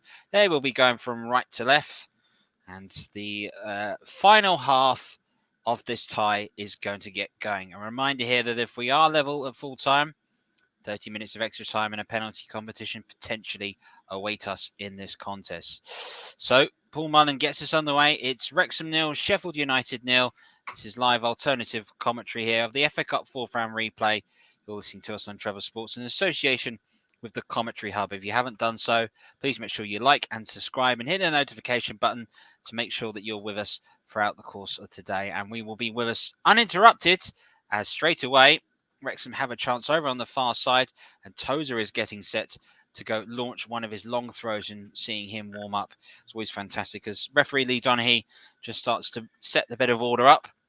And the Welshman Adam Davis in Sheffield United's goal will just have to be wary. But Tozer here swinging the arms of Everton like he's about to launch a shot put halfway across the Crystal Palace grounds and to go ahead and get a goal. Long ball floated in. It's cleared away. The final deflection was off a Sheffield United player. That Sheffield United player, of course, was John Egan, and it is out for a corner. And the corner itself, to note, is being taken right in front of the Wrexham fans. And it will be Luke Young, the skipper, to take. Over on the far side, right-footed. Tozer's come forward. Lennon has come forward for Wrexham. Will they take any opportunities from their set pieces? Coming short was Cannon. It was floated in. Looking there for the run, it has to be said, of Dolby, but it's been headed away. It was a good, strong header in the end by Egan, who did well to head it away. Man that broke Wrexham's heart at the race ground. That's why we're here today. But Tozer again is back out over on the far side to throw it in. Here we go. Are you standing ready? Welcome to Sheffield.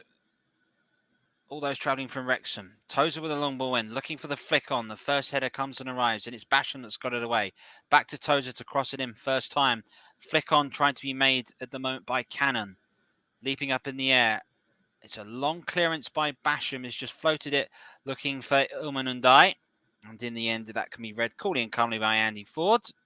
But Ndai stolen it off him. A run potentially ahead of him. Inside was looking for the run by Cooley Barley. This is Cannon, number 20. Number 32 is Cleworth, Welshman. Now it is Luke Young.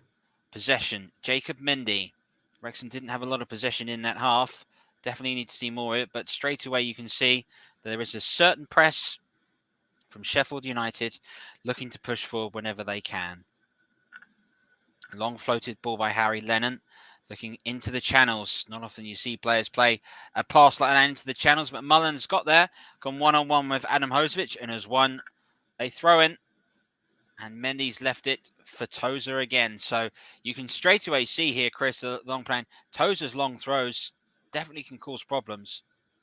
Yeah, he can get a long run-up from the side as well, where he's standing. So this could be going right into the 6-yard box. It reminds us of the Rory Delap Stoke days, these kind of throws. Can Wrexham fans do it on a cold February night in Sheffield? Tozer's long ball floated right into the area. It had to be headed away first time, and it was. And it was Billy Sharp that won the second ball, but Tozer's picked it back up for Wrexham. He's got Mendy ahead of him. Cool come pass to Andy Ford. Now it's all the way back coolly and calmly to Harry Lennon. And now the little pass into the captain, Luke Young, and it goes all the way back to Rob Layton, who made some outstanding saves, I thought, in that first half. Flick on looking to arrive, and the flick on has arrived. There was a chance, a second there for Mullen to break through just for a second if Ford had seen him. In the end, Burge is able to clear the ball away. Here is Young. And now Cleworth. Number 30 is James Jones. Wrexham continuing to have the ball. Cleworth, is he onside? The ball comes in. It's cleared away. First time at the moment by Adam Hosevic. Now it's McAtee, who's had the best chance of the match. No doubt about it. Clever little ball down the channel for Billy Sharp to run up against Luke Young. Options to his left. The left is McAtee again that picks the ball in.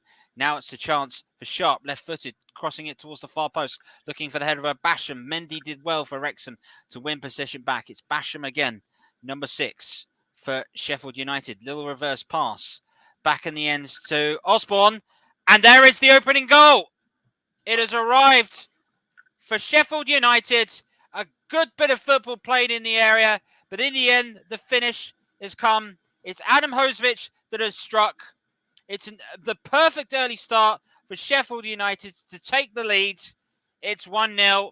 And Chris, to be fair, it's been coming.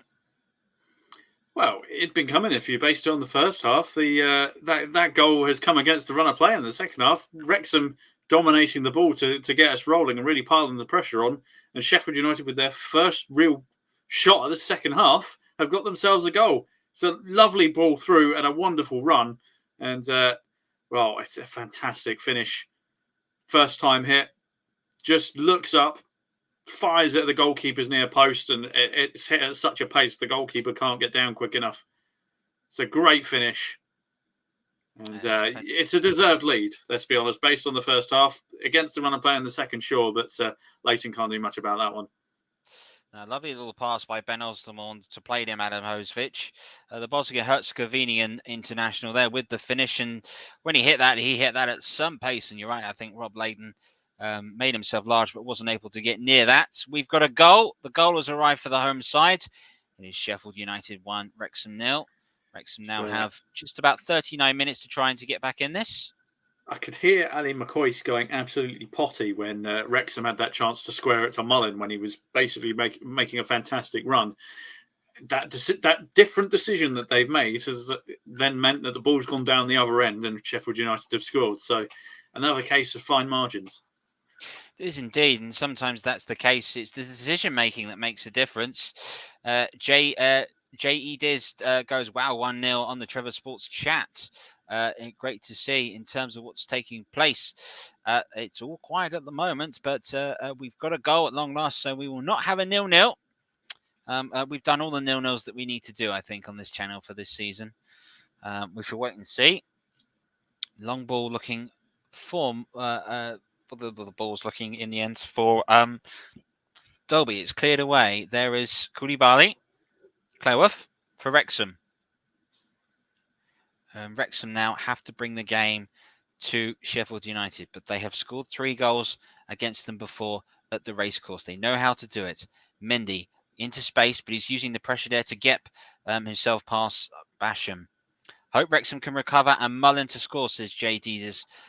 Wrexham fans will definitely hope that if anyone can get a goal for them, it has been Paul Mullin, 27 this season, what he would give to a 28th and an equaliser. But plenty of time to go in this game.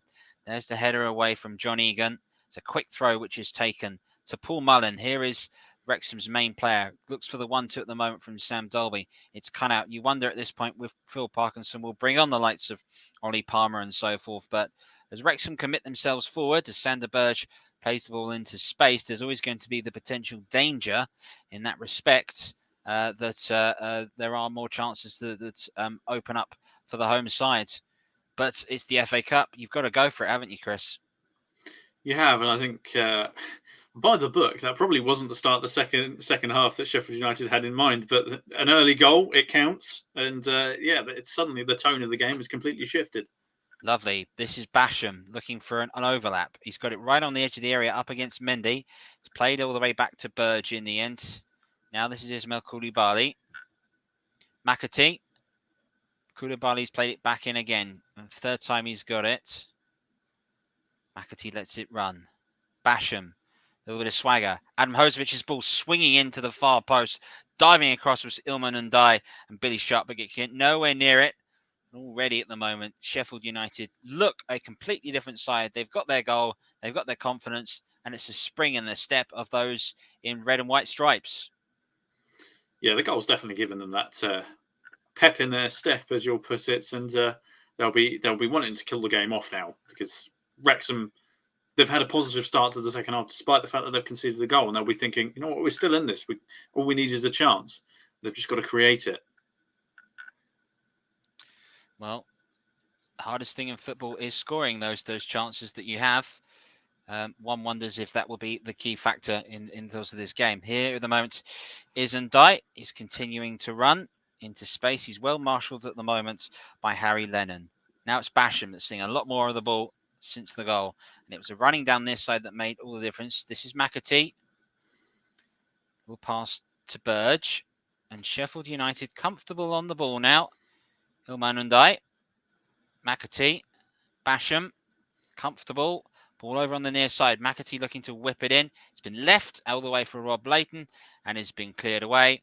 And that's certainly it. And Sheffield United will know they'll want the game perhaps overdone because Swansea City come to the Bramall Lane on Saturday. That big game which is taking place.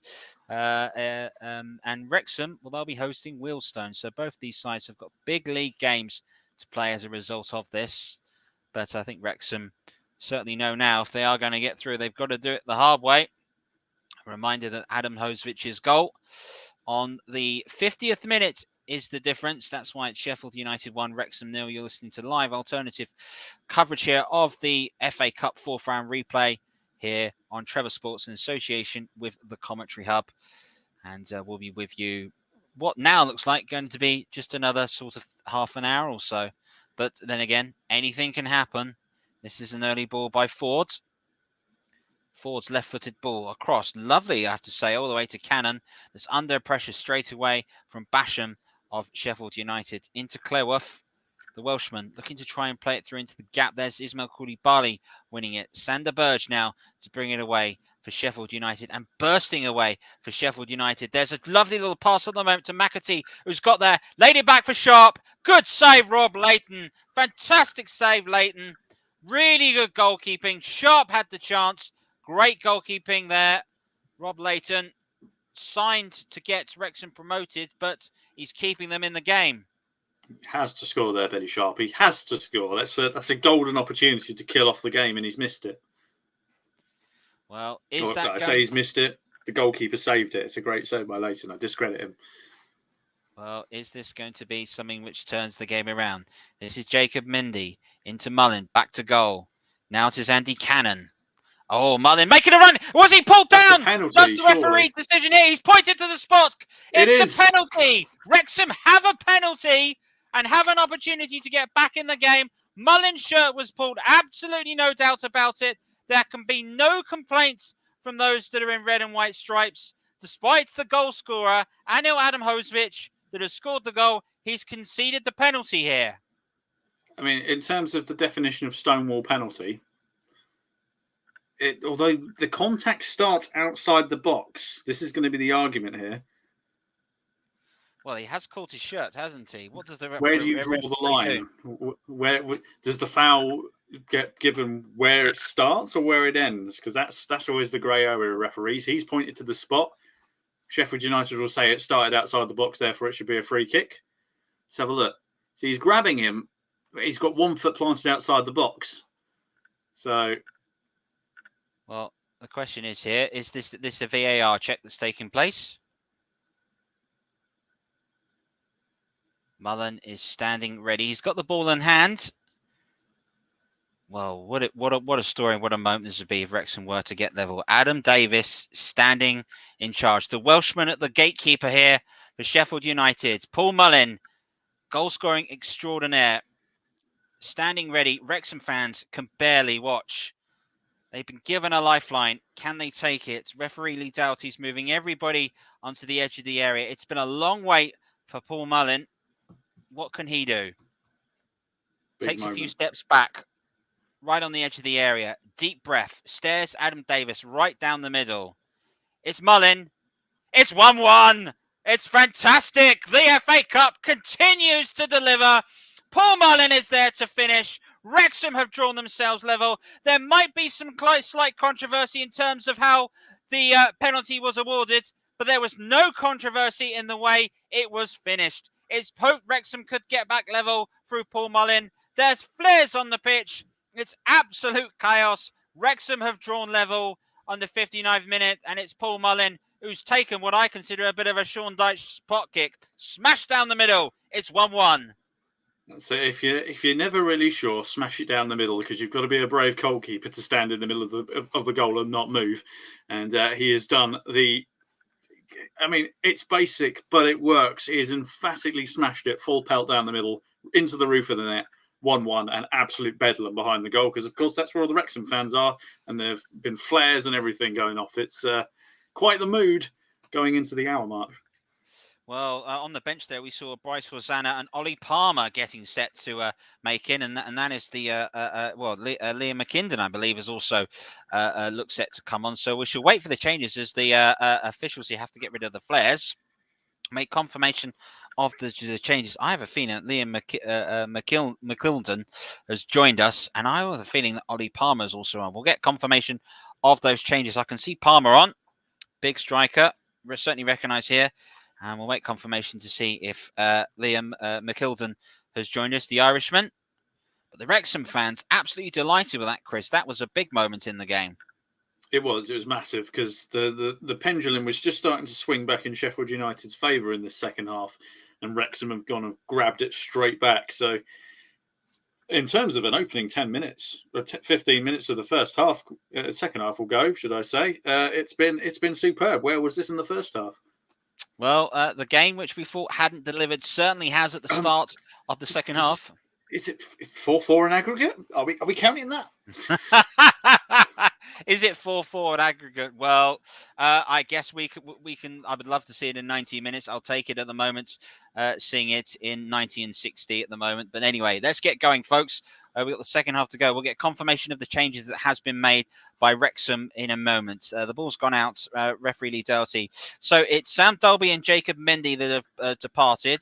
So Sam Doherty and Jacob Mendy that have parted. And it is Liam McKindren and Ollie Palmer that's come on. So between them now, in terms of where Wrexham stand at the moment, there is, well, it's incredible to think as well. They've got 42 goals between their striking partnership this season now between Ollie Palmer and Paul Mullin. So there is a strike force that knows the back of the net.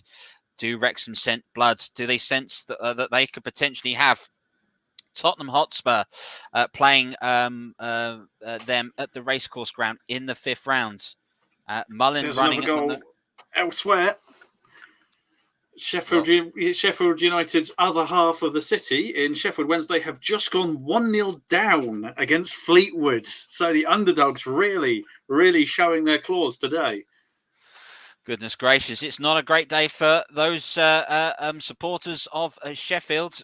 And for those all based in the Yorkshire area, of course, with Jesse March leaving Leeds United. Palmer looking to play a 1-2 again. Referee this time. It looks to be as if Mullins was caught.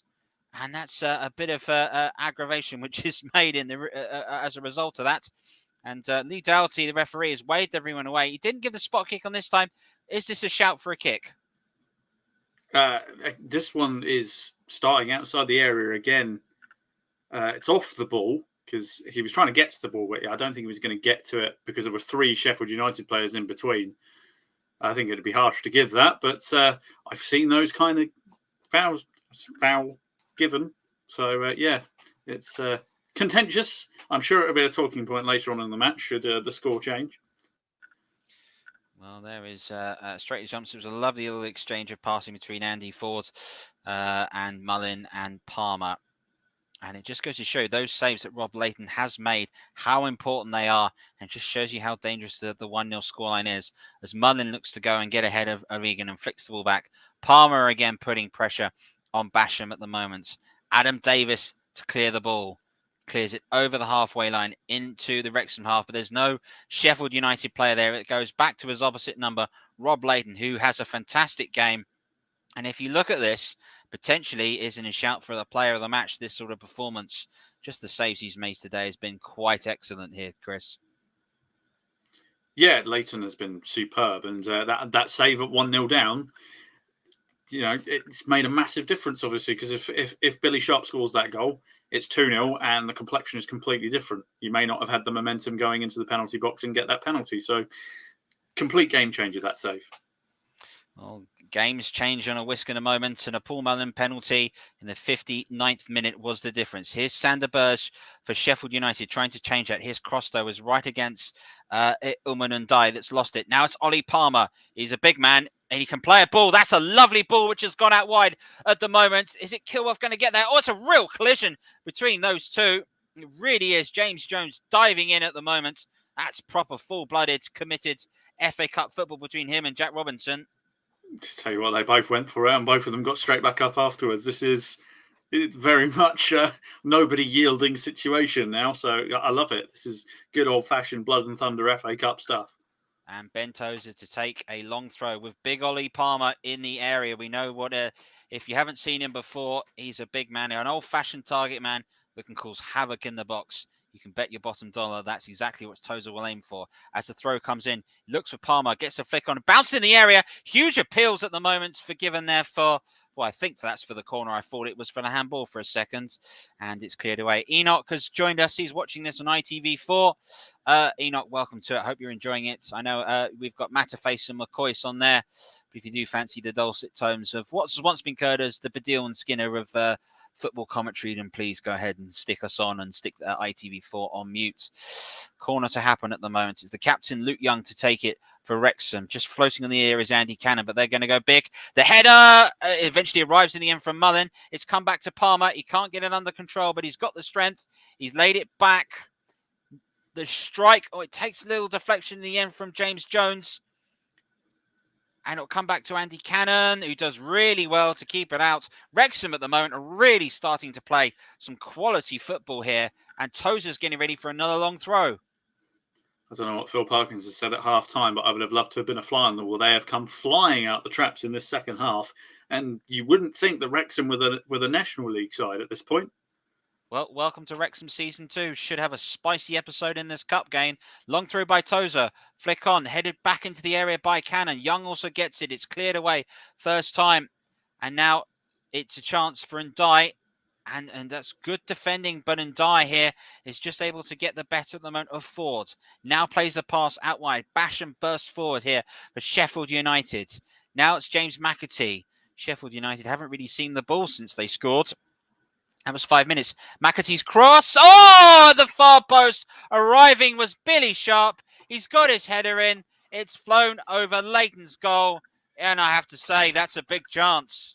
What a chance that was. I don't know whether Billy Sharp got the last touch. That's the thing. I think he did. He's questioning whether he was fouled because it looked like he may have been pulled down a little bit. Let's have a look. Well, their arms are certainly tangled, but yeah, he just got too low for it, got underneath the ball, and it ended up heading over. Well, changes to be made here. The first one today of Paul Heckingbottom as well. Isman Koulibaly, who has been booked, is departing us as well. Oliver Norwood is coming on to replace him, the Northern Irishman.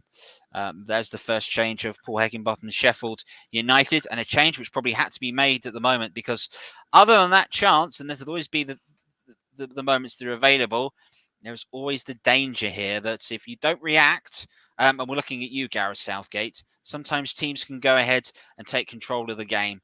And Paul Heckingbottom here looks to have made a change and looks to try and bring some fresh legs in the middle of the park. Palmer getting the flick on, looking for Mullen. How many times that's been said for Wrexham over the past 2 years. Lovely little dummy by Palmer, bursting into the area. We're not able to find the cross. Back at the moment to Andy Ford. And now the long ball will come in and it'll be cleared first time by Burge. And here's Ilman. And now here's McAtee. Cannon's got to get there and does get there quite brilliantly. Really important tackle as well. This is Liam McKildon bursting forward. Can he cross first time? It's cut out. Crossing in this game, particularly from the non-league side, does show you the level of difference. The fact a lot of their crosses haven't made first time. But that was good football by Ollie Palmer in the area. And Wrexham have got their tails up. And they've got Tozer again. It definitely gets his steps in, charging from centre half down to take these long throws. This is it. A defence quickly turned into attack with a perfectly timed slide tackle. So it's just swinging back and forth this match. Here's Tozer, long throw again, looking for Palmer in the area, diving across. Davis has just got there, had to punch it away. This is McKildren, puts it back into the area, and the goalkeeper loses it. Just the last second, it's cleared away, almost uninspiringly. Palmer hits one again. McKildren left-footed, another effort that's blocked. Cleared away by Burge. Really good game now that we've got it. Sheffield United can move on the counter-attack at the moment. It's Sharp. He's got options left to him. And in the end, he plays in Burge. Now this is Ndai. Ndai's got a chance on the overlap. He tries to go it alone here, Ndai. Squares it back for the long-range strike, and a poor long-range strike, it has to be said, by Oliver Nord that's come on, and that's a wasted moment. 20 minutes to go of a match. Goodness me, is this match bound for a penalty competition? But this has been quite brilliant, Chris. It has. Oliver Norwood was just having that Steven Gerrard moment in his mind. He was just thinking, I can hit this one and be an absolute legend. And it's the most forgettable shot you're going to see all day. But which isn't particularly great from somebody who was about to go. He's from Burnley, that lad, and then goes and disappoints me immediately. But yeah, it's the game has massively opened up, and the momentum is swinging left and right. It's this second half. The next 20 minutes are going to be quite the thriller. Well, you know what they say, curse of the commentator. Phil Parkinson marching along his technical area and looking get set to go. Max Kelworth here, the Welshman, the only other Welshman in the Wrexham squad. In the starting squad, of course, they got Jake Bickerstaff, Welshman ready for them on the bench. Young, good power. This is Liam McKilden, number 11, running again, the Northern Irishman, into space at the moment. Space which is picked up by Andy Cannon, who's looked really lively in this second half in particular. McKildren again. Mullin trying to make a run into the channel. Oh, he's done it! Has he gone down again? Referee's given Wrexham another penalty! Goodness gracious, would you believe this? Mullin had burst forward into space. No doubt about that one. That's a spot kick. And Mullin, whoa, he'll stand ready to potentially take this spot kick again. McKildren, this is a great ball. He's onside. And the foul, there's absolutely no doubt about it, is there? A horrendous challenge. That is I retract my previous statement about Stonewall penalties. That is about as Stonewall as you can get it. And it's Oliver Norwood, of all people. I think it's Norwood. I'm not 100% certain, but I think it is. Norwood, unbelievable. Curse of the commentator strikes. Yep, from Burnley, that lad, immediately letting people down. It's just a disaster. Forget I said anything. But now, here's the mind games. He's already taken a penalty 5 minutes ago, and he thundered it down the middle. Does the goalkeeper go on, do it again? I dare you. This is fascinating. Well, we've seen what it's like when in a major game when a player has 2 penalties, and sometimes mind games gets the better. Mullins takes his step back. He went down the middle on the first one. An opportunity to put Wrexham in the league. FA Cup folklore at stake. Oh, it's a fantastic save by Davis. Really, really good stop. Mullin really hit that. Now Sheffield United straight away can come on the break. It's McAtee. A chance in the middle looking for Ilman. He's collided with Tozer at the moment. Leighton's picked the ball out. The referee is unmoved. Tozer says that's no foul. Mullin's efforts, well, it was all waiting up for him. Another big game, another big penalty. But in the end, his penalty wasn't that good on the second attempt. And it's a good save by Adam Davis. If he'd have done the same again, he would have scored again. So he tried to twist. You just stick with what you know. He's gone to try and put it to the goalkeeper's right. It's a lovely height for a goalkeeper to save. And generally, a right-footed person will go to your right as the goalkeeper. And he's done the by-the-book thing, and the goalkeeper's bought it, and he's made a good save. But tell you what, it hasn't done much to the atmosphere. Both sets of fans on their feet at the minute. It's incredible. Well, Adam Davis, not had much to do, was well beaten for the spot kick, but responds here. Tale of 2 goalkeepers, especially that of Rob Leighton, that's but a fantastic performance. And another Wrexham players departing the pitch at the moment in the 73 minutes. Harry Lennon is off. That's his game finished today. He's certainly run himself as much as he can into the end. On comes number 22, Tom O'Connor. So the third change for Phil Parkinson has been made. It's Sheffield United 1, Wrexham 1. FA Cup 4th round replay. We're in the 74th minute. You're listening to alternative coverage here. I'm watching alternative coverage on Trevor Sports, and you're listening to us on the Commentary Hub, which you can hear us on JB Sports Commentary Hub 1 and 2. We'll have the views of Nicholas and Russ at full time with this one on their thoughts. But a game which they thought didn't have much in the first half has sprung to life in the second half. But to be fair, the game at the racecourse did absolutely the same. Palmer getting to half a yard, but the referee here is going to have a little word with Mullin. I think he's claiming there was a foul. Adam Hosevich, yes, was guilty of another foul. And these sometimes old-fashioned centre-forward tricks are working. Getting ahead of there between man and ball. That was good work by Mullin to draw that foul. It was, yeah. He got himself in a position where he was always going to get there first and wins a free kick. But tell you what, the second half so far has flown by. We've only got 15 minutes left. Time's disappearing. It absolutely has. It's been an absolute joy to watch this game at the moment. Really has had just about everything. A long-range free kick available, and I can see Luke Young standing over it. Surely not from here. Does he fancy? Surely I mean, there was a famous Mickey Thomas goal that once knocked out Arsenal. It was scored by Wrexham. the hard-working little professional. Could something similar be on the horizon? And you have to feel for Paul Mullin, a chance for make yourself into FA Cup folklore, but it wasn't to be. I think Thomas is going to play this short Percy, and he's stepping back again. Raises the right hand, looks to curl it into the box, looking for Palmer, headed away by Burge, first time. Now it's Norwood. Basham looking to play it down the channel at the moment. It's been well read by Thomas, who gets it headed out. There goes Andy Cannon under pressure. Norwood again, guilty of the foul. Burge brings it away for Sheffield United.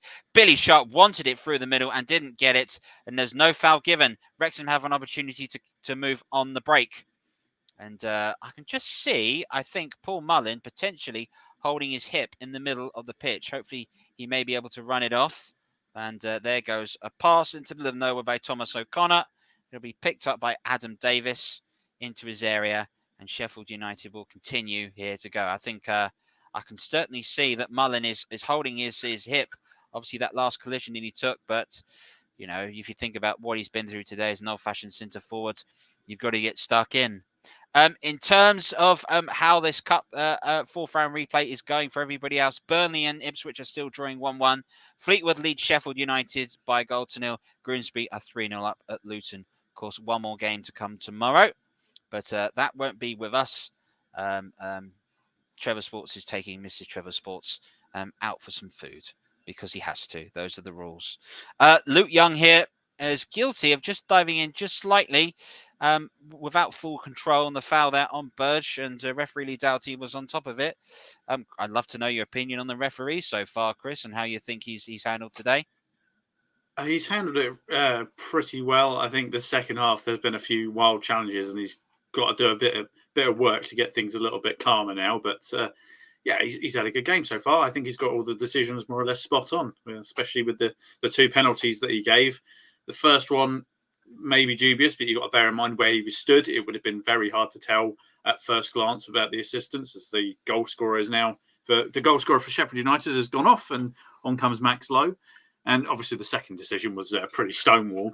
So yeah, he's got all the key decisions right. So he's had a good game.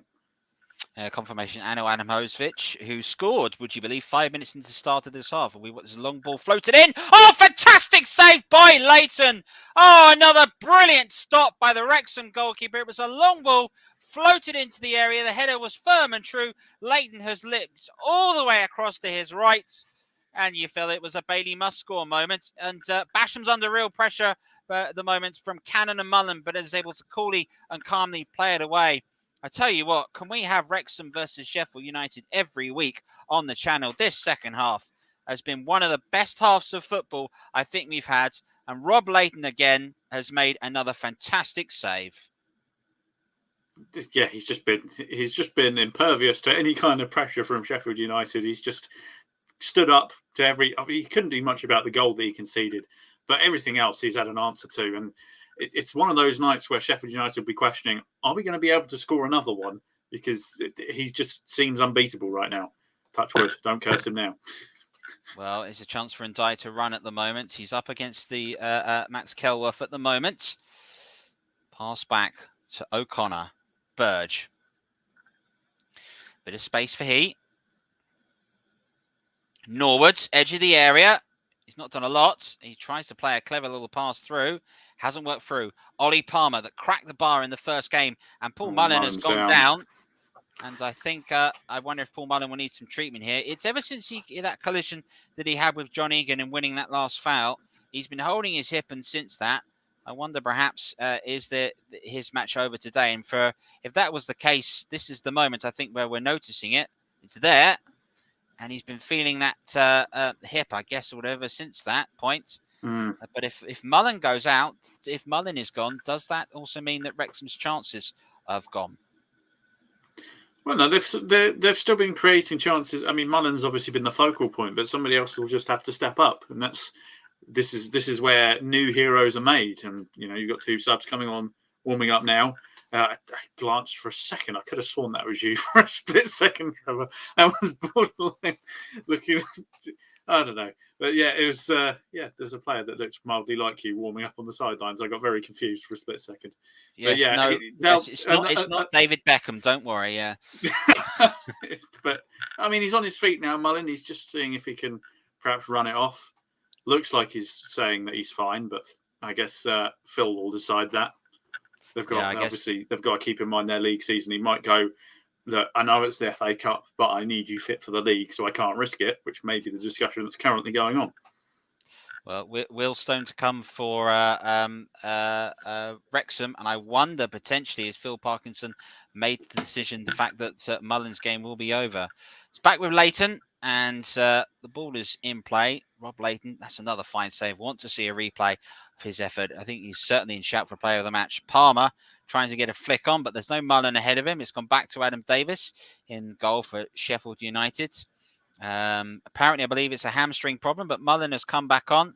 Certainly, if the hamstring goes and he can't move as he did, that's going to cause worry. But one of the days of a little bit of magic sponge may do the trick.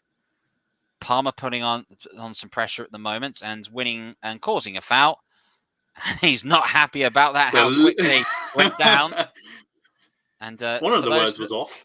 Yes, and for those of us that are watching, by all means, so confirmation here, Paul Mullen is departing, taking no chances with that hamstring problem. Scored one penalty, missed one, an absolutely astonishing effort by him today. Really has been led the line of attack fantastically as well. As is Andy Cannon, that's also departed. Phil Parkinson making 2 final changes available to him. And these changes, we will confirm it to you. But Mullen really has run his socks off today, but it hasn't been the case. Elliot Lee coming on, former West Ham player, signed from Charlton. And Jake Bickerstaff, just to let you know, is the other Welshman in the squad for Wrexham today. So Wales 2, Wales 1 in Sheffield United versus Wrexham. But between Sheffield United and Wrexham, the score is 1 apiece. Apparently that's me. You can call me Elliot Lee, according to the co-commentator.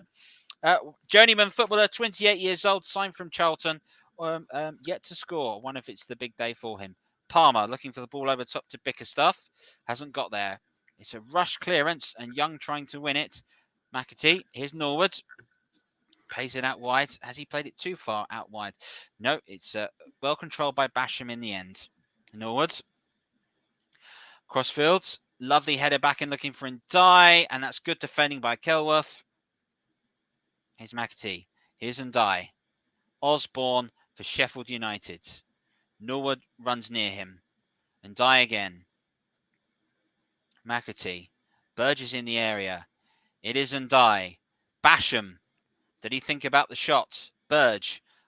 Can he go for the shot? He might. He does. It takes a wicked deflection. It's going to be a Sheffield United corner. And I guess with the fact that Sheffield United have lost their Sheffield United know that Wrexham have lost their main goal scorer, that could change it. But don't discount Elliot Lee. Lots been made of the man. Signed from Charlton Athletic. Could he be online to turn this game around? It really has been a fantastic second half. One of the best. It's had just about everything at the moment. Will it be heartbreak or delight for either side? Norwood's corner, swing into the near post. Palmer gets it away for Wrexham. Strong header, but it'll come back to Norwood over on the far side, being chased down by Bickerstaff. Now it's Osborne again. Sweeping ball into the area. Palmer again. Good defending, diving and getting it away, showing that the big man can certainly defend as much as he attacks. And Sheffield United may sense this is their opportunity. The pressure's going on. A reminder that if we are level at full time, we will have extra time. And if we are level after that, dare I say it, a penalty competition. And Leighton just punches the corner away. It's McAtee looking to hit one. It's well scouted in the end. And it's just a long clearance all the way there from Thomas O'Connor. It's back to Adam Davis. Jake Bickerstaff trying to chase down Johnson. And now at the moment is James Jones. But Sheffield United have picked it up for Ilman Ndai.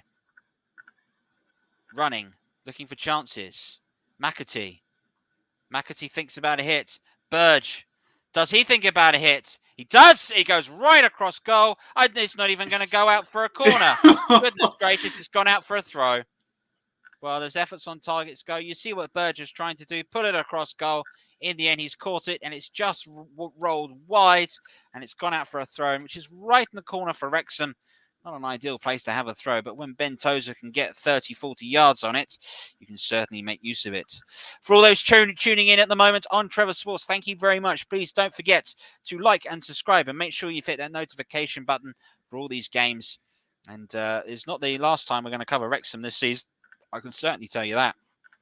Mainly because they're going to play the mighty Aldershot. No, we will look to sort of cover more football throughout the season.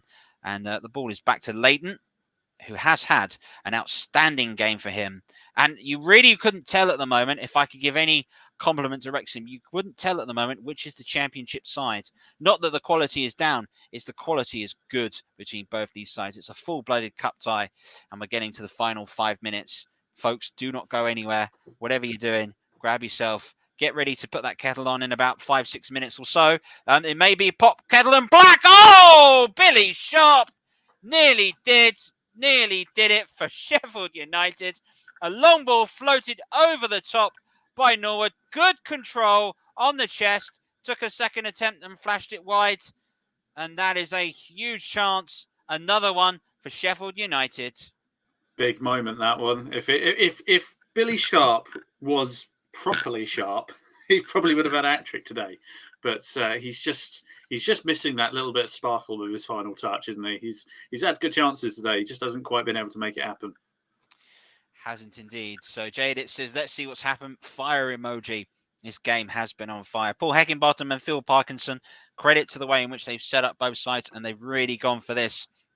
And comment on the at the moment the current record views that we have on Trevor Sports. We welcome that you've all joined us. There goes Palmer, little touch by Bickerstaff. I just needed to take a touch quicker than he did. It's broken to Illman of Sheffield United into space. Is this going to be heartbreak for Wrexham at the moment?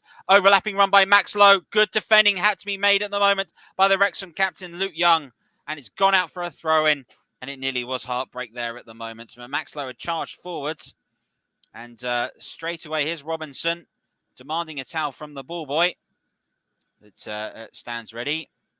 We could have a good chunk of stoppage time as well with the flares that we had earlier. Very good point. We could have 4 or 5 minutes or so. So don't think this game's all over yet. There's plenty more to come in terms of the rest of this game. Long throw. 5 in the area for Sheffield United. It's just a brilliant header in the way by Elliot Lee to get it away at the last second. Norwood teasing ball in. Oh, yes, there it is. No, it isn't. It isn't. The goal does not stand. Billy Sharp's got it in the back of the net, but it won't count. The flag's gone up. It's offside. It remains 1-1. Oh, goodness. He has literally done everything. He's even put the ball in the back of the net, but it still doesn't count. Is he offside is the question. Yes. He is off. It's very cut and dry, that one, I'm afraid. But cracking finish, best finish he's put in all day. It just doesn't count. Goalkeeper got a hand on it as well. He can literally reach more or less everything. But it's offside, I'm afraid. 2 minutes to go. It would be heartbreaking if that was to happen, based on the performance that Wrexham have had in this game, and they have put in an outstanding effort. But as things stand, it's Sheffield United is finishing stronger. We will go through the other scores very quickly. Burnley Ipswich is still 1-1. Fleetwood still lead Sheffield United 1-0. Grimsby still lead Luton 3-0. They might have been the games and the goals in the first half. The second half has belonged to this match at Bramall Lane, showing us that the FA Cup is certainly with us. 90 seconds of the 90 to go. Here is Burge. He's got away from McKinnon. It's Burge. It's pulled back into space. It's just setting up for someone to hit one. It hit a huge deflection in the area. It's gone out. It's another corner in the end. It was Norwood's strike. He's going to run over and take the corner. And we're coming up to the 90th minute of the match. Sheffield United won. Wrexham won. Sheffield United pushing to try and win the match. There is nobody sitting down behind the goal at Bramall Lane. Really has been nail-biting stuff. Norwood's ball in. The header down, and header has gone over. It's over the bar from Lowe. What a chance that was. Oh, Max Lowe to win the game. It's just one of these games, isn't it? It's just ping-ponged around the box a little bit. Lovely header, cushioned header downwards, crying for somebody to smash it in, but somehow Max Lowe has got under the ball and skewered it way over and wide. How many more chances is Sheffield United going to create? We've got 30 seconds of normal time. I don't know how much stoppage time we're going to have, but I reckon it'll be at least 3 minutes. Well, There's going to be 6, actually. I've heard there's going to be 6. 6 minutes of time added on. Is it 6 minutes that could change either club's FA Cup run this season? And it's certainly looking like the Championship side are determined to try and win this in normal time. Swansea to come for them 3 o'clock on Saturday. Here's Egan, who's won just about everything in the air, corner or defensive at the moment. 90 minutes. We will play 6 more to confirm with you. So, folks, hold off on that cup of tea. You can stick the kettle on in a few minutes. You may be sticking the kettle on as things stands for 30 minutes more, which I would not complain about. This game certainly has lived up to the hype today. Best game of the 4th round. And you're looking at the scores at the moment, best game of the replays. And it's not the only game that could be heading to extra time. Burnley and Ipswich could be. We'll keep you updated, but that is still 1-1 at Turf Moor. This is low for Sheffield United, who had that chance after the header down from Egan. And Sheffield United, through Robinson, looking to play it down into the channel again, over on the far side. Cleared first time by Max Clearworth. It's gone out. It'll be a throw-in for Sheffield United for Low to take. Wrexham fans, well, what an evening they're having. Oh, it's a chance for McAtee to burst through into the box. Illman pulls it back. The strike takes a horrible deflection and goes over. Huge appeals at the moment for penalty. Norwood strike. Referee Lee Doherty is unmoved. Says no. I guess the corner will have to stand. Norwood is incensed. He believes this is a spot kick. Let's have a look. Ooh, I tell you what. He's got a case there. He does. He's got a big case that's come off the elbow of the defender of Lee. It has indeed, hasn't it? It has blocked the ball. That should be a penalty. Goodness me. Well, it's just another twist in the tail of the game. And if the VAR was available, the corner's coming now. Watching it. Ian gets the header down. First time clearance by Kilworth. Gets it away. First time. McAtee now, who's got pressure at the moment from Elliot Lee. McAtee, just plays it right through his legs into space. Chance for Burge is struck Palmer. Now can Wrexham, can they play it away? 4 minutes of time added on and a foul which probably had to be made. Yeah, referee's got his card out for a professional foul.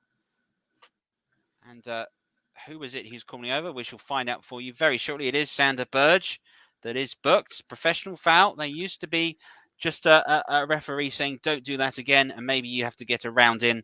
Now it's a yellow card, and in some cases a red.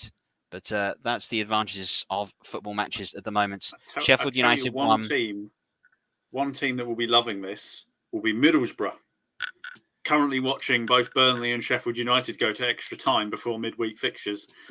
Very much to the third place. They're a long way behind Middlesbrough, but they'll be sitting there going, "Oh, could be some injuries. Could some exhaustion play into the league?" Well, you say that with Wrexham, the fact Paul Mullin has gone off with that hamstring problem, so there could be the potential there that in terms of his season over. This is Bickerstaff trying to find space. Palmer bursting forward. Ollie Palmer thought about the shot, gets the shot away. It ricochets in the area. There was options out wide. Wasn't able to take them. Norwood's ball away. Oh, it hasn't been cleared. It has to Billy Sharp. He's got to come forward past Tozer. Sharp has won the game. Surely for Sheffield United. At long last, the captain, who just hasn't been at the races, may have knocked the side out from the racecourse. It's come 3.5 minutes into time added on. A defensive error that had to be made. Billy Sharp, skipper, to strike his 3rd goal of the season. And Sheffield United, I think they've broken Wrexham's hearts. I mean, Billy Sharp has done everything before this but score. And look at this. It comes out the opportunity of Wrexham having a shot deflected. It's a wonderful ball forward to Billy Sharp. The defender misreads it. Is that tiredness coming into effect? Billy Sharp, the experienced man that he is, just checks his run slightly to send the defender the wrong way, buy himself a little bit of space, and this time he makes no mistake. Bottom right-hand corner, low to the goalkeeper's left. Goalkeeper can't get down quick enough. Expertly finished. And that is probably all she wrote. Well, but we don't know. We've got another couple of minutes. You feel for Max Clearworth here, though, in that respect. It was his mistake. It has meant that Sheffield United have retaken the lead in this game so late in the day.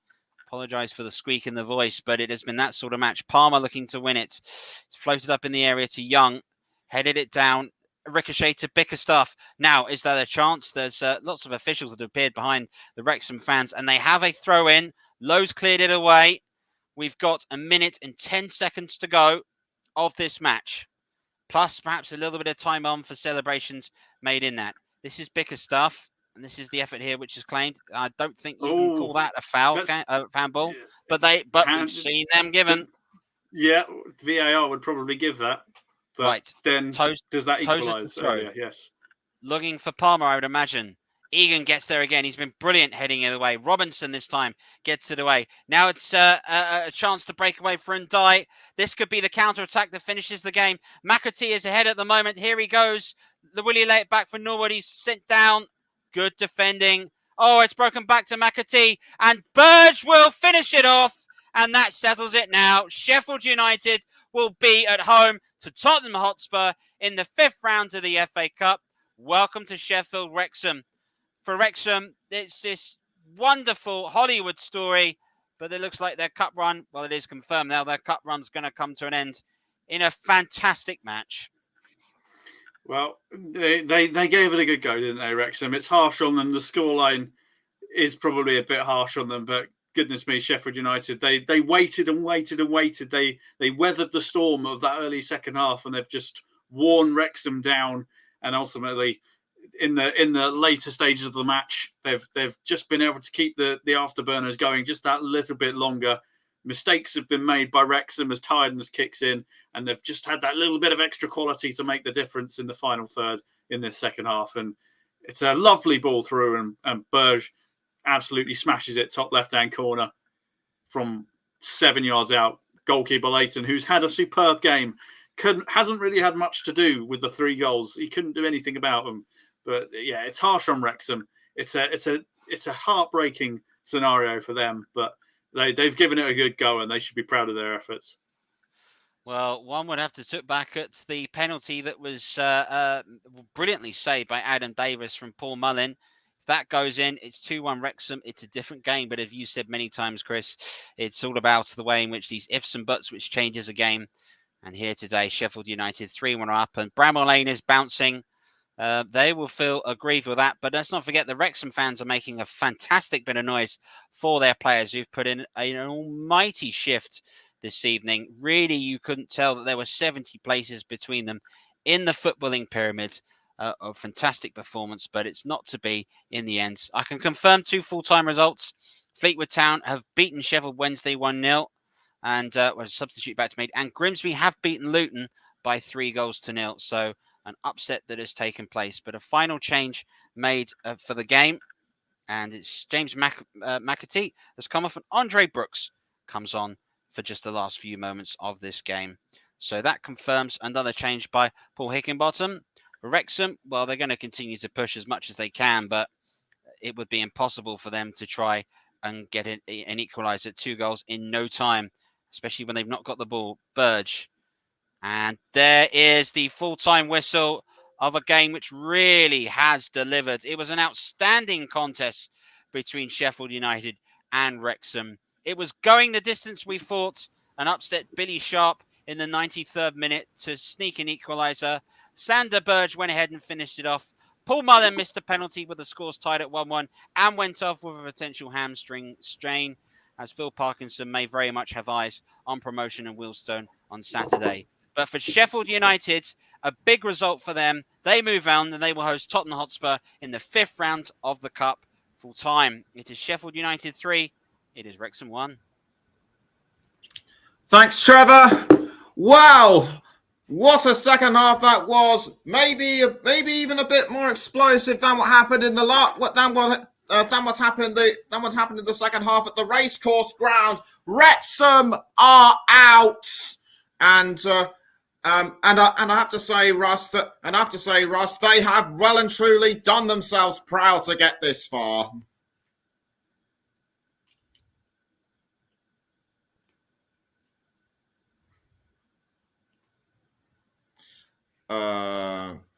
We're just waiting for Russ to come back in. We appear to have some. I'm here. I mean, Nick, sorry about that, my friend.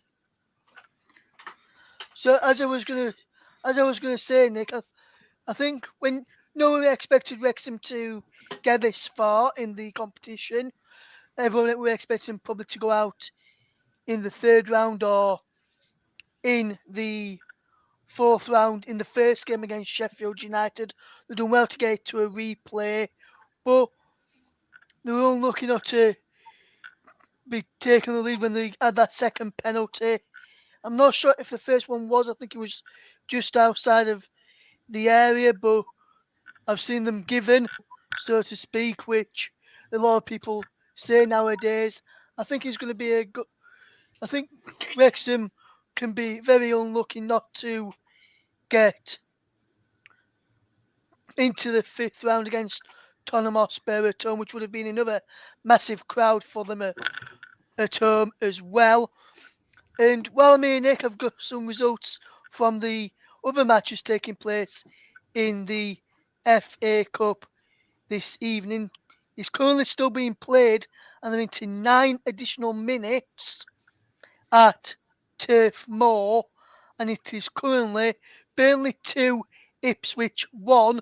Nathan Teller has scored twice there, and George as well. Teller scored in the 94th minute to get Burnley back into the lead. So if JB's listening, he'll be pretty happy with that. Fleetwood, as Trev mentioned, have beaten Sheffield Wednesday by a goal to nil, and Grimsby have knocked out Luton by 3 goals to nil in that game there. And in that game in the Championship, where there was a game on in the Championship this evening, he's finished Blackpool 2, Huddersfield Town 2.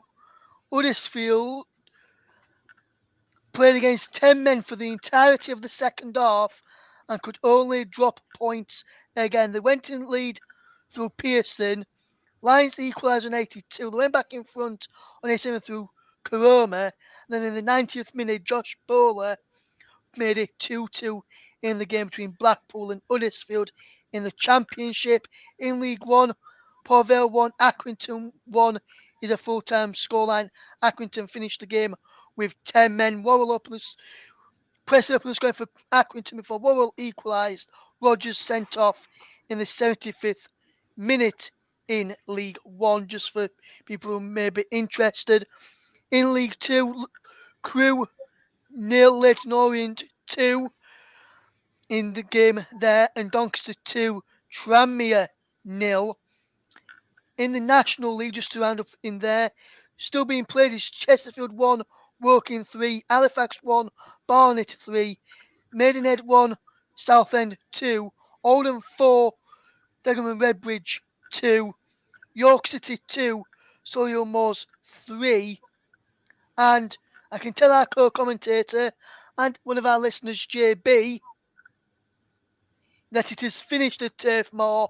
It is finished Burnley 2, Ipswich Town 1. Away. Nathan Taylor goal in second half stoppage time. The difference at Turf Moor today. But let's get back to this game, Nick. And like I was saying, Wrexham can be all their heads high with their performance and how far they got in the FA Cup this season.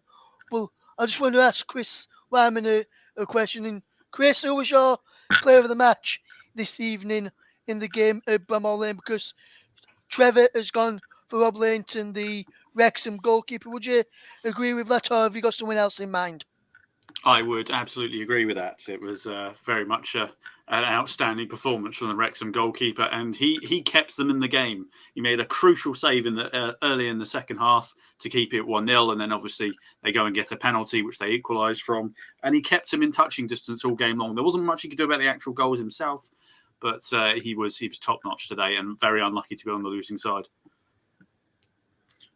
Yes, indeed. Yes, indeed, he was, Chris. But for Sheffield United to go through to the fifth round against Tottenham Hotspur, where do they go from here? Surely they've got to concentrate now on their. Surely they've now got to concentrate on their promotion push. But surely another step in the FA Cup will be just nice for them.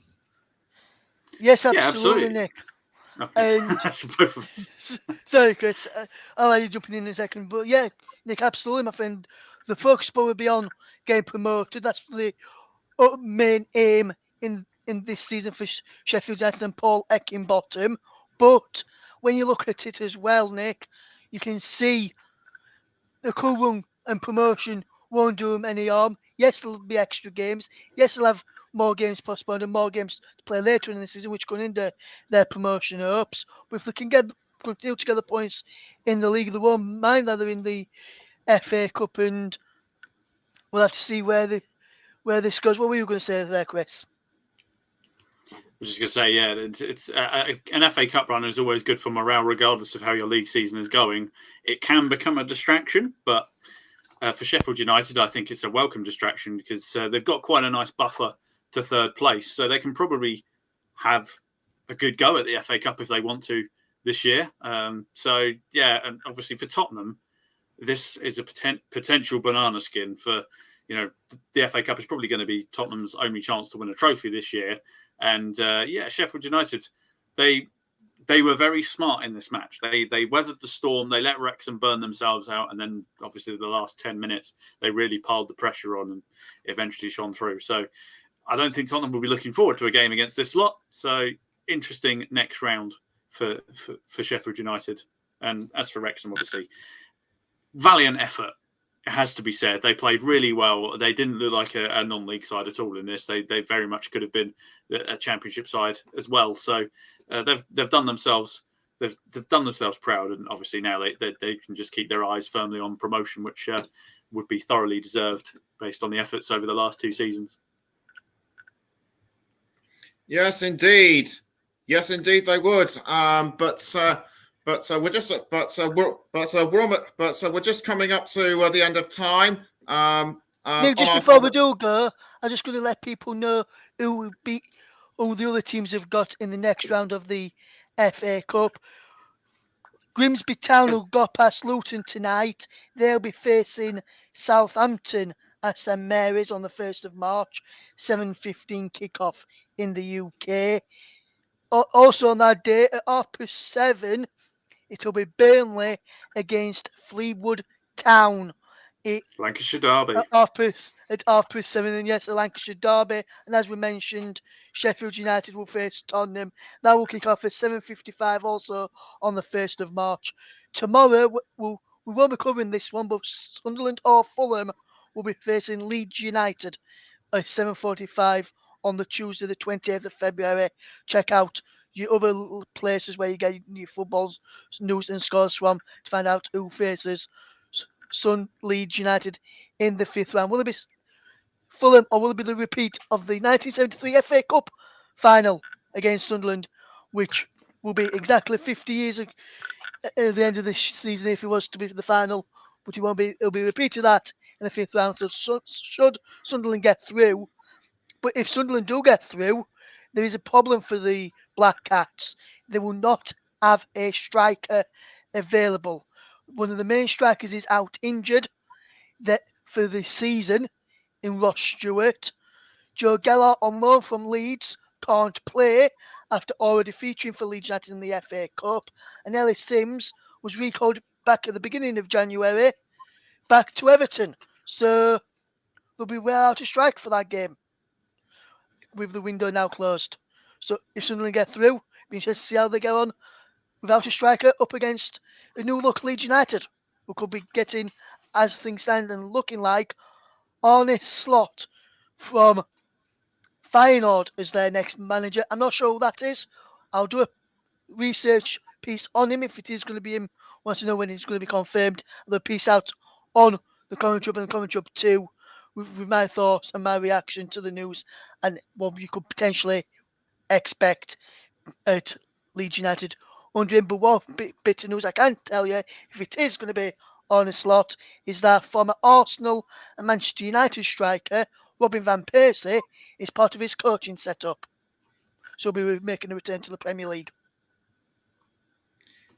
Yes, that would be an interesting addition. So that just about wraps up our coverage of the FA Cup. Thank you very much to Russ, Thank you very much to us for his insights as a pundit, and also to our commentary team of Trevor Sports and Chris Whiteman.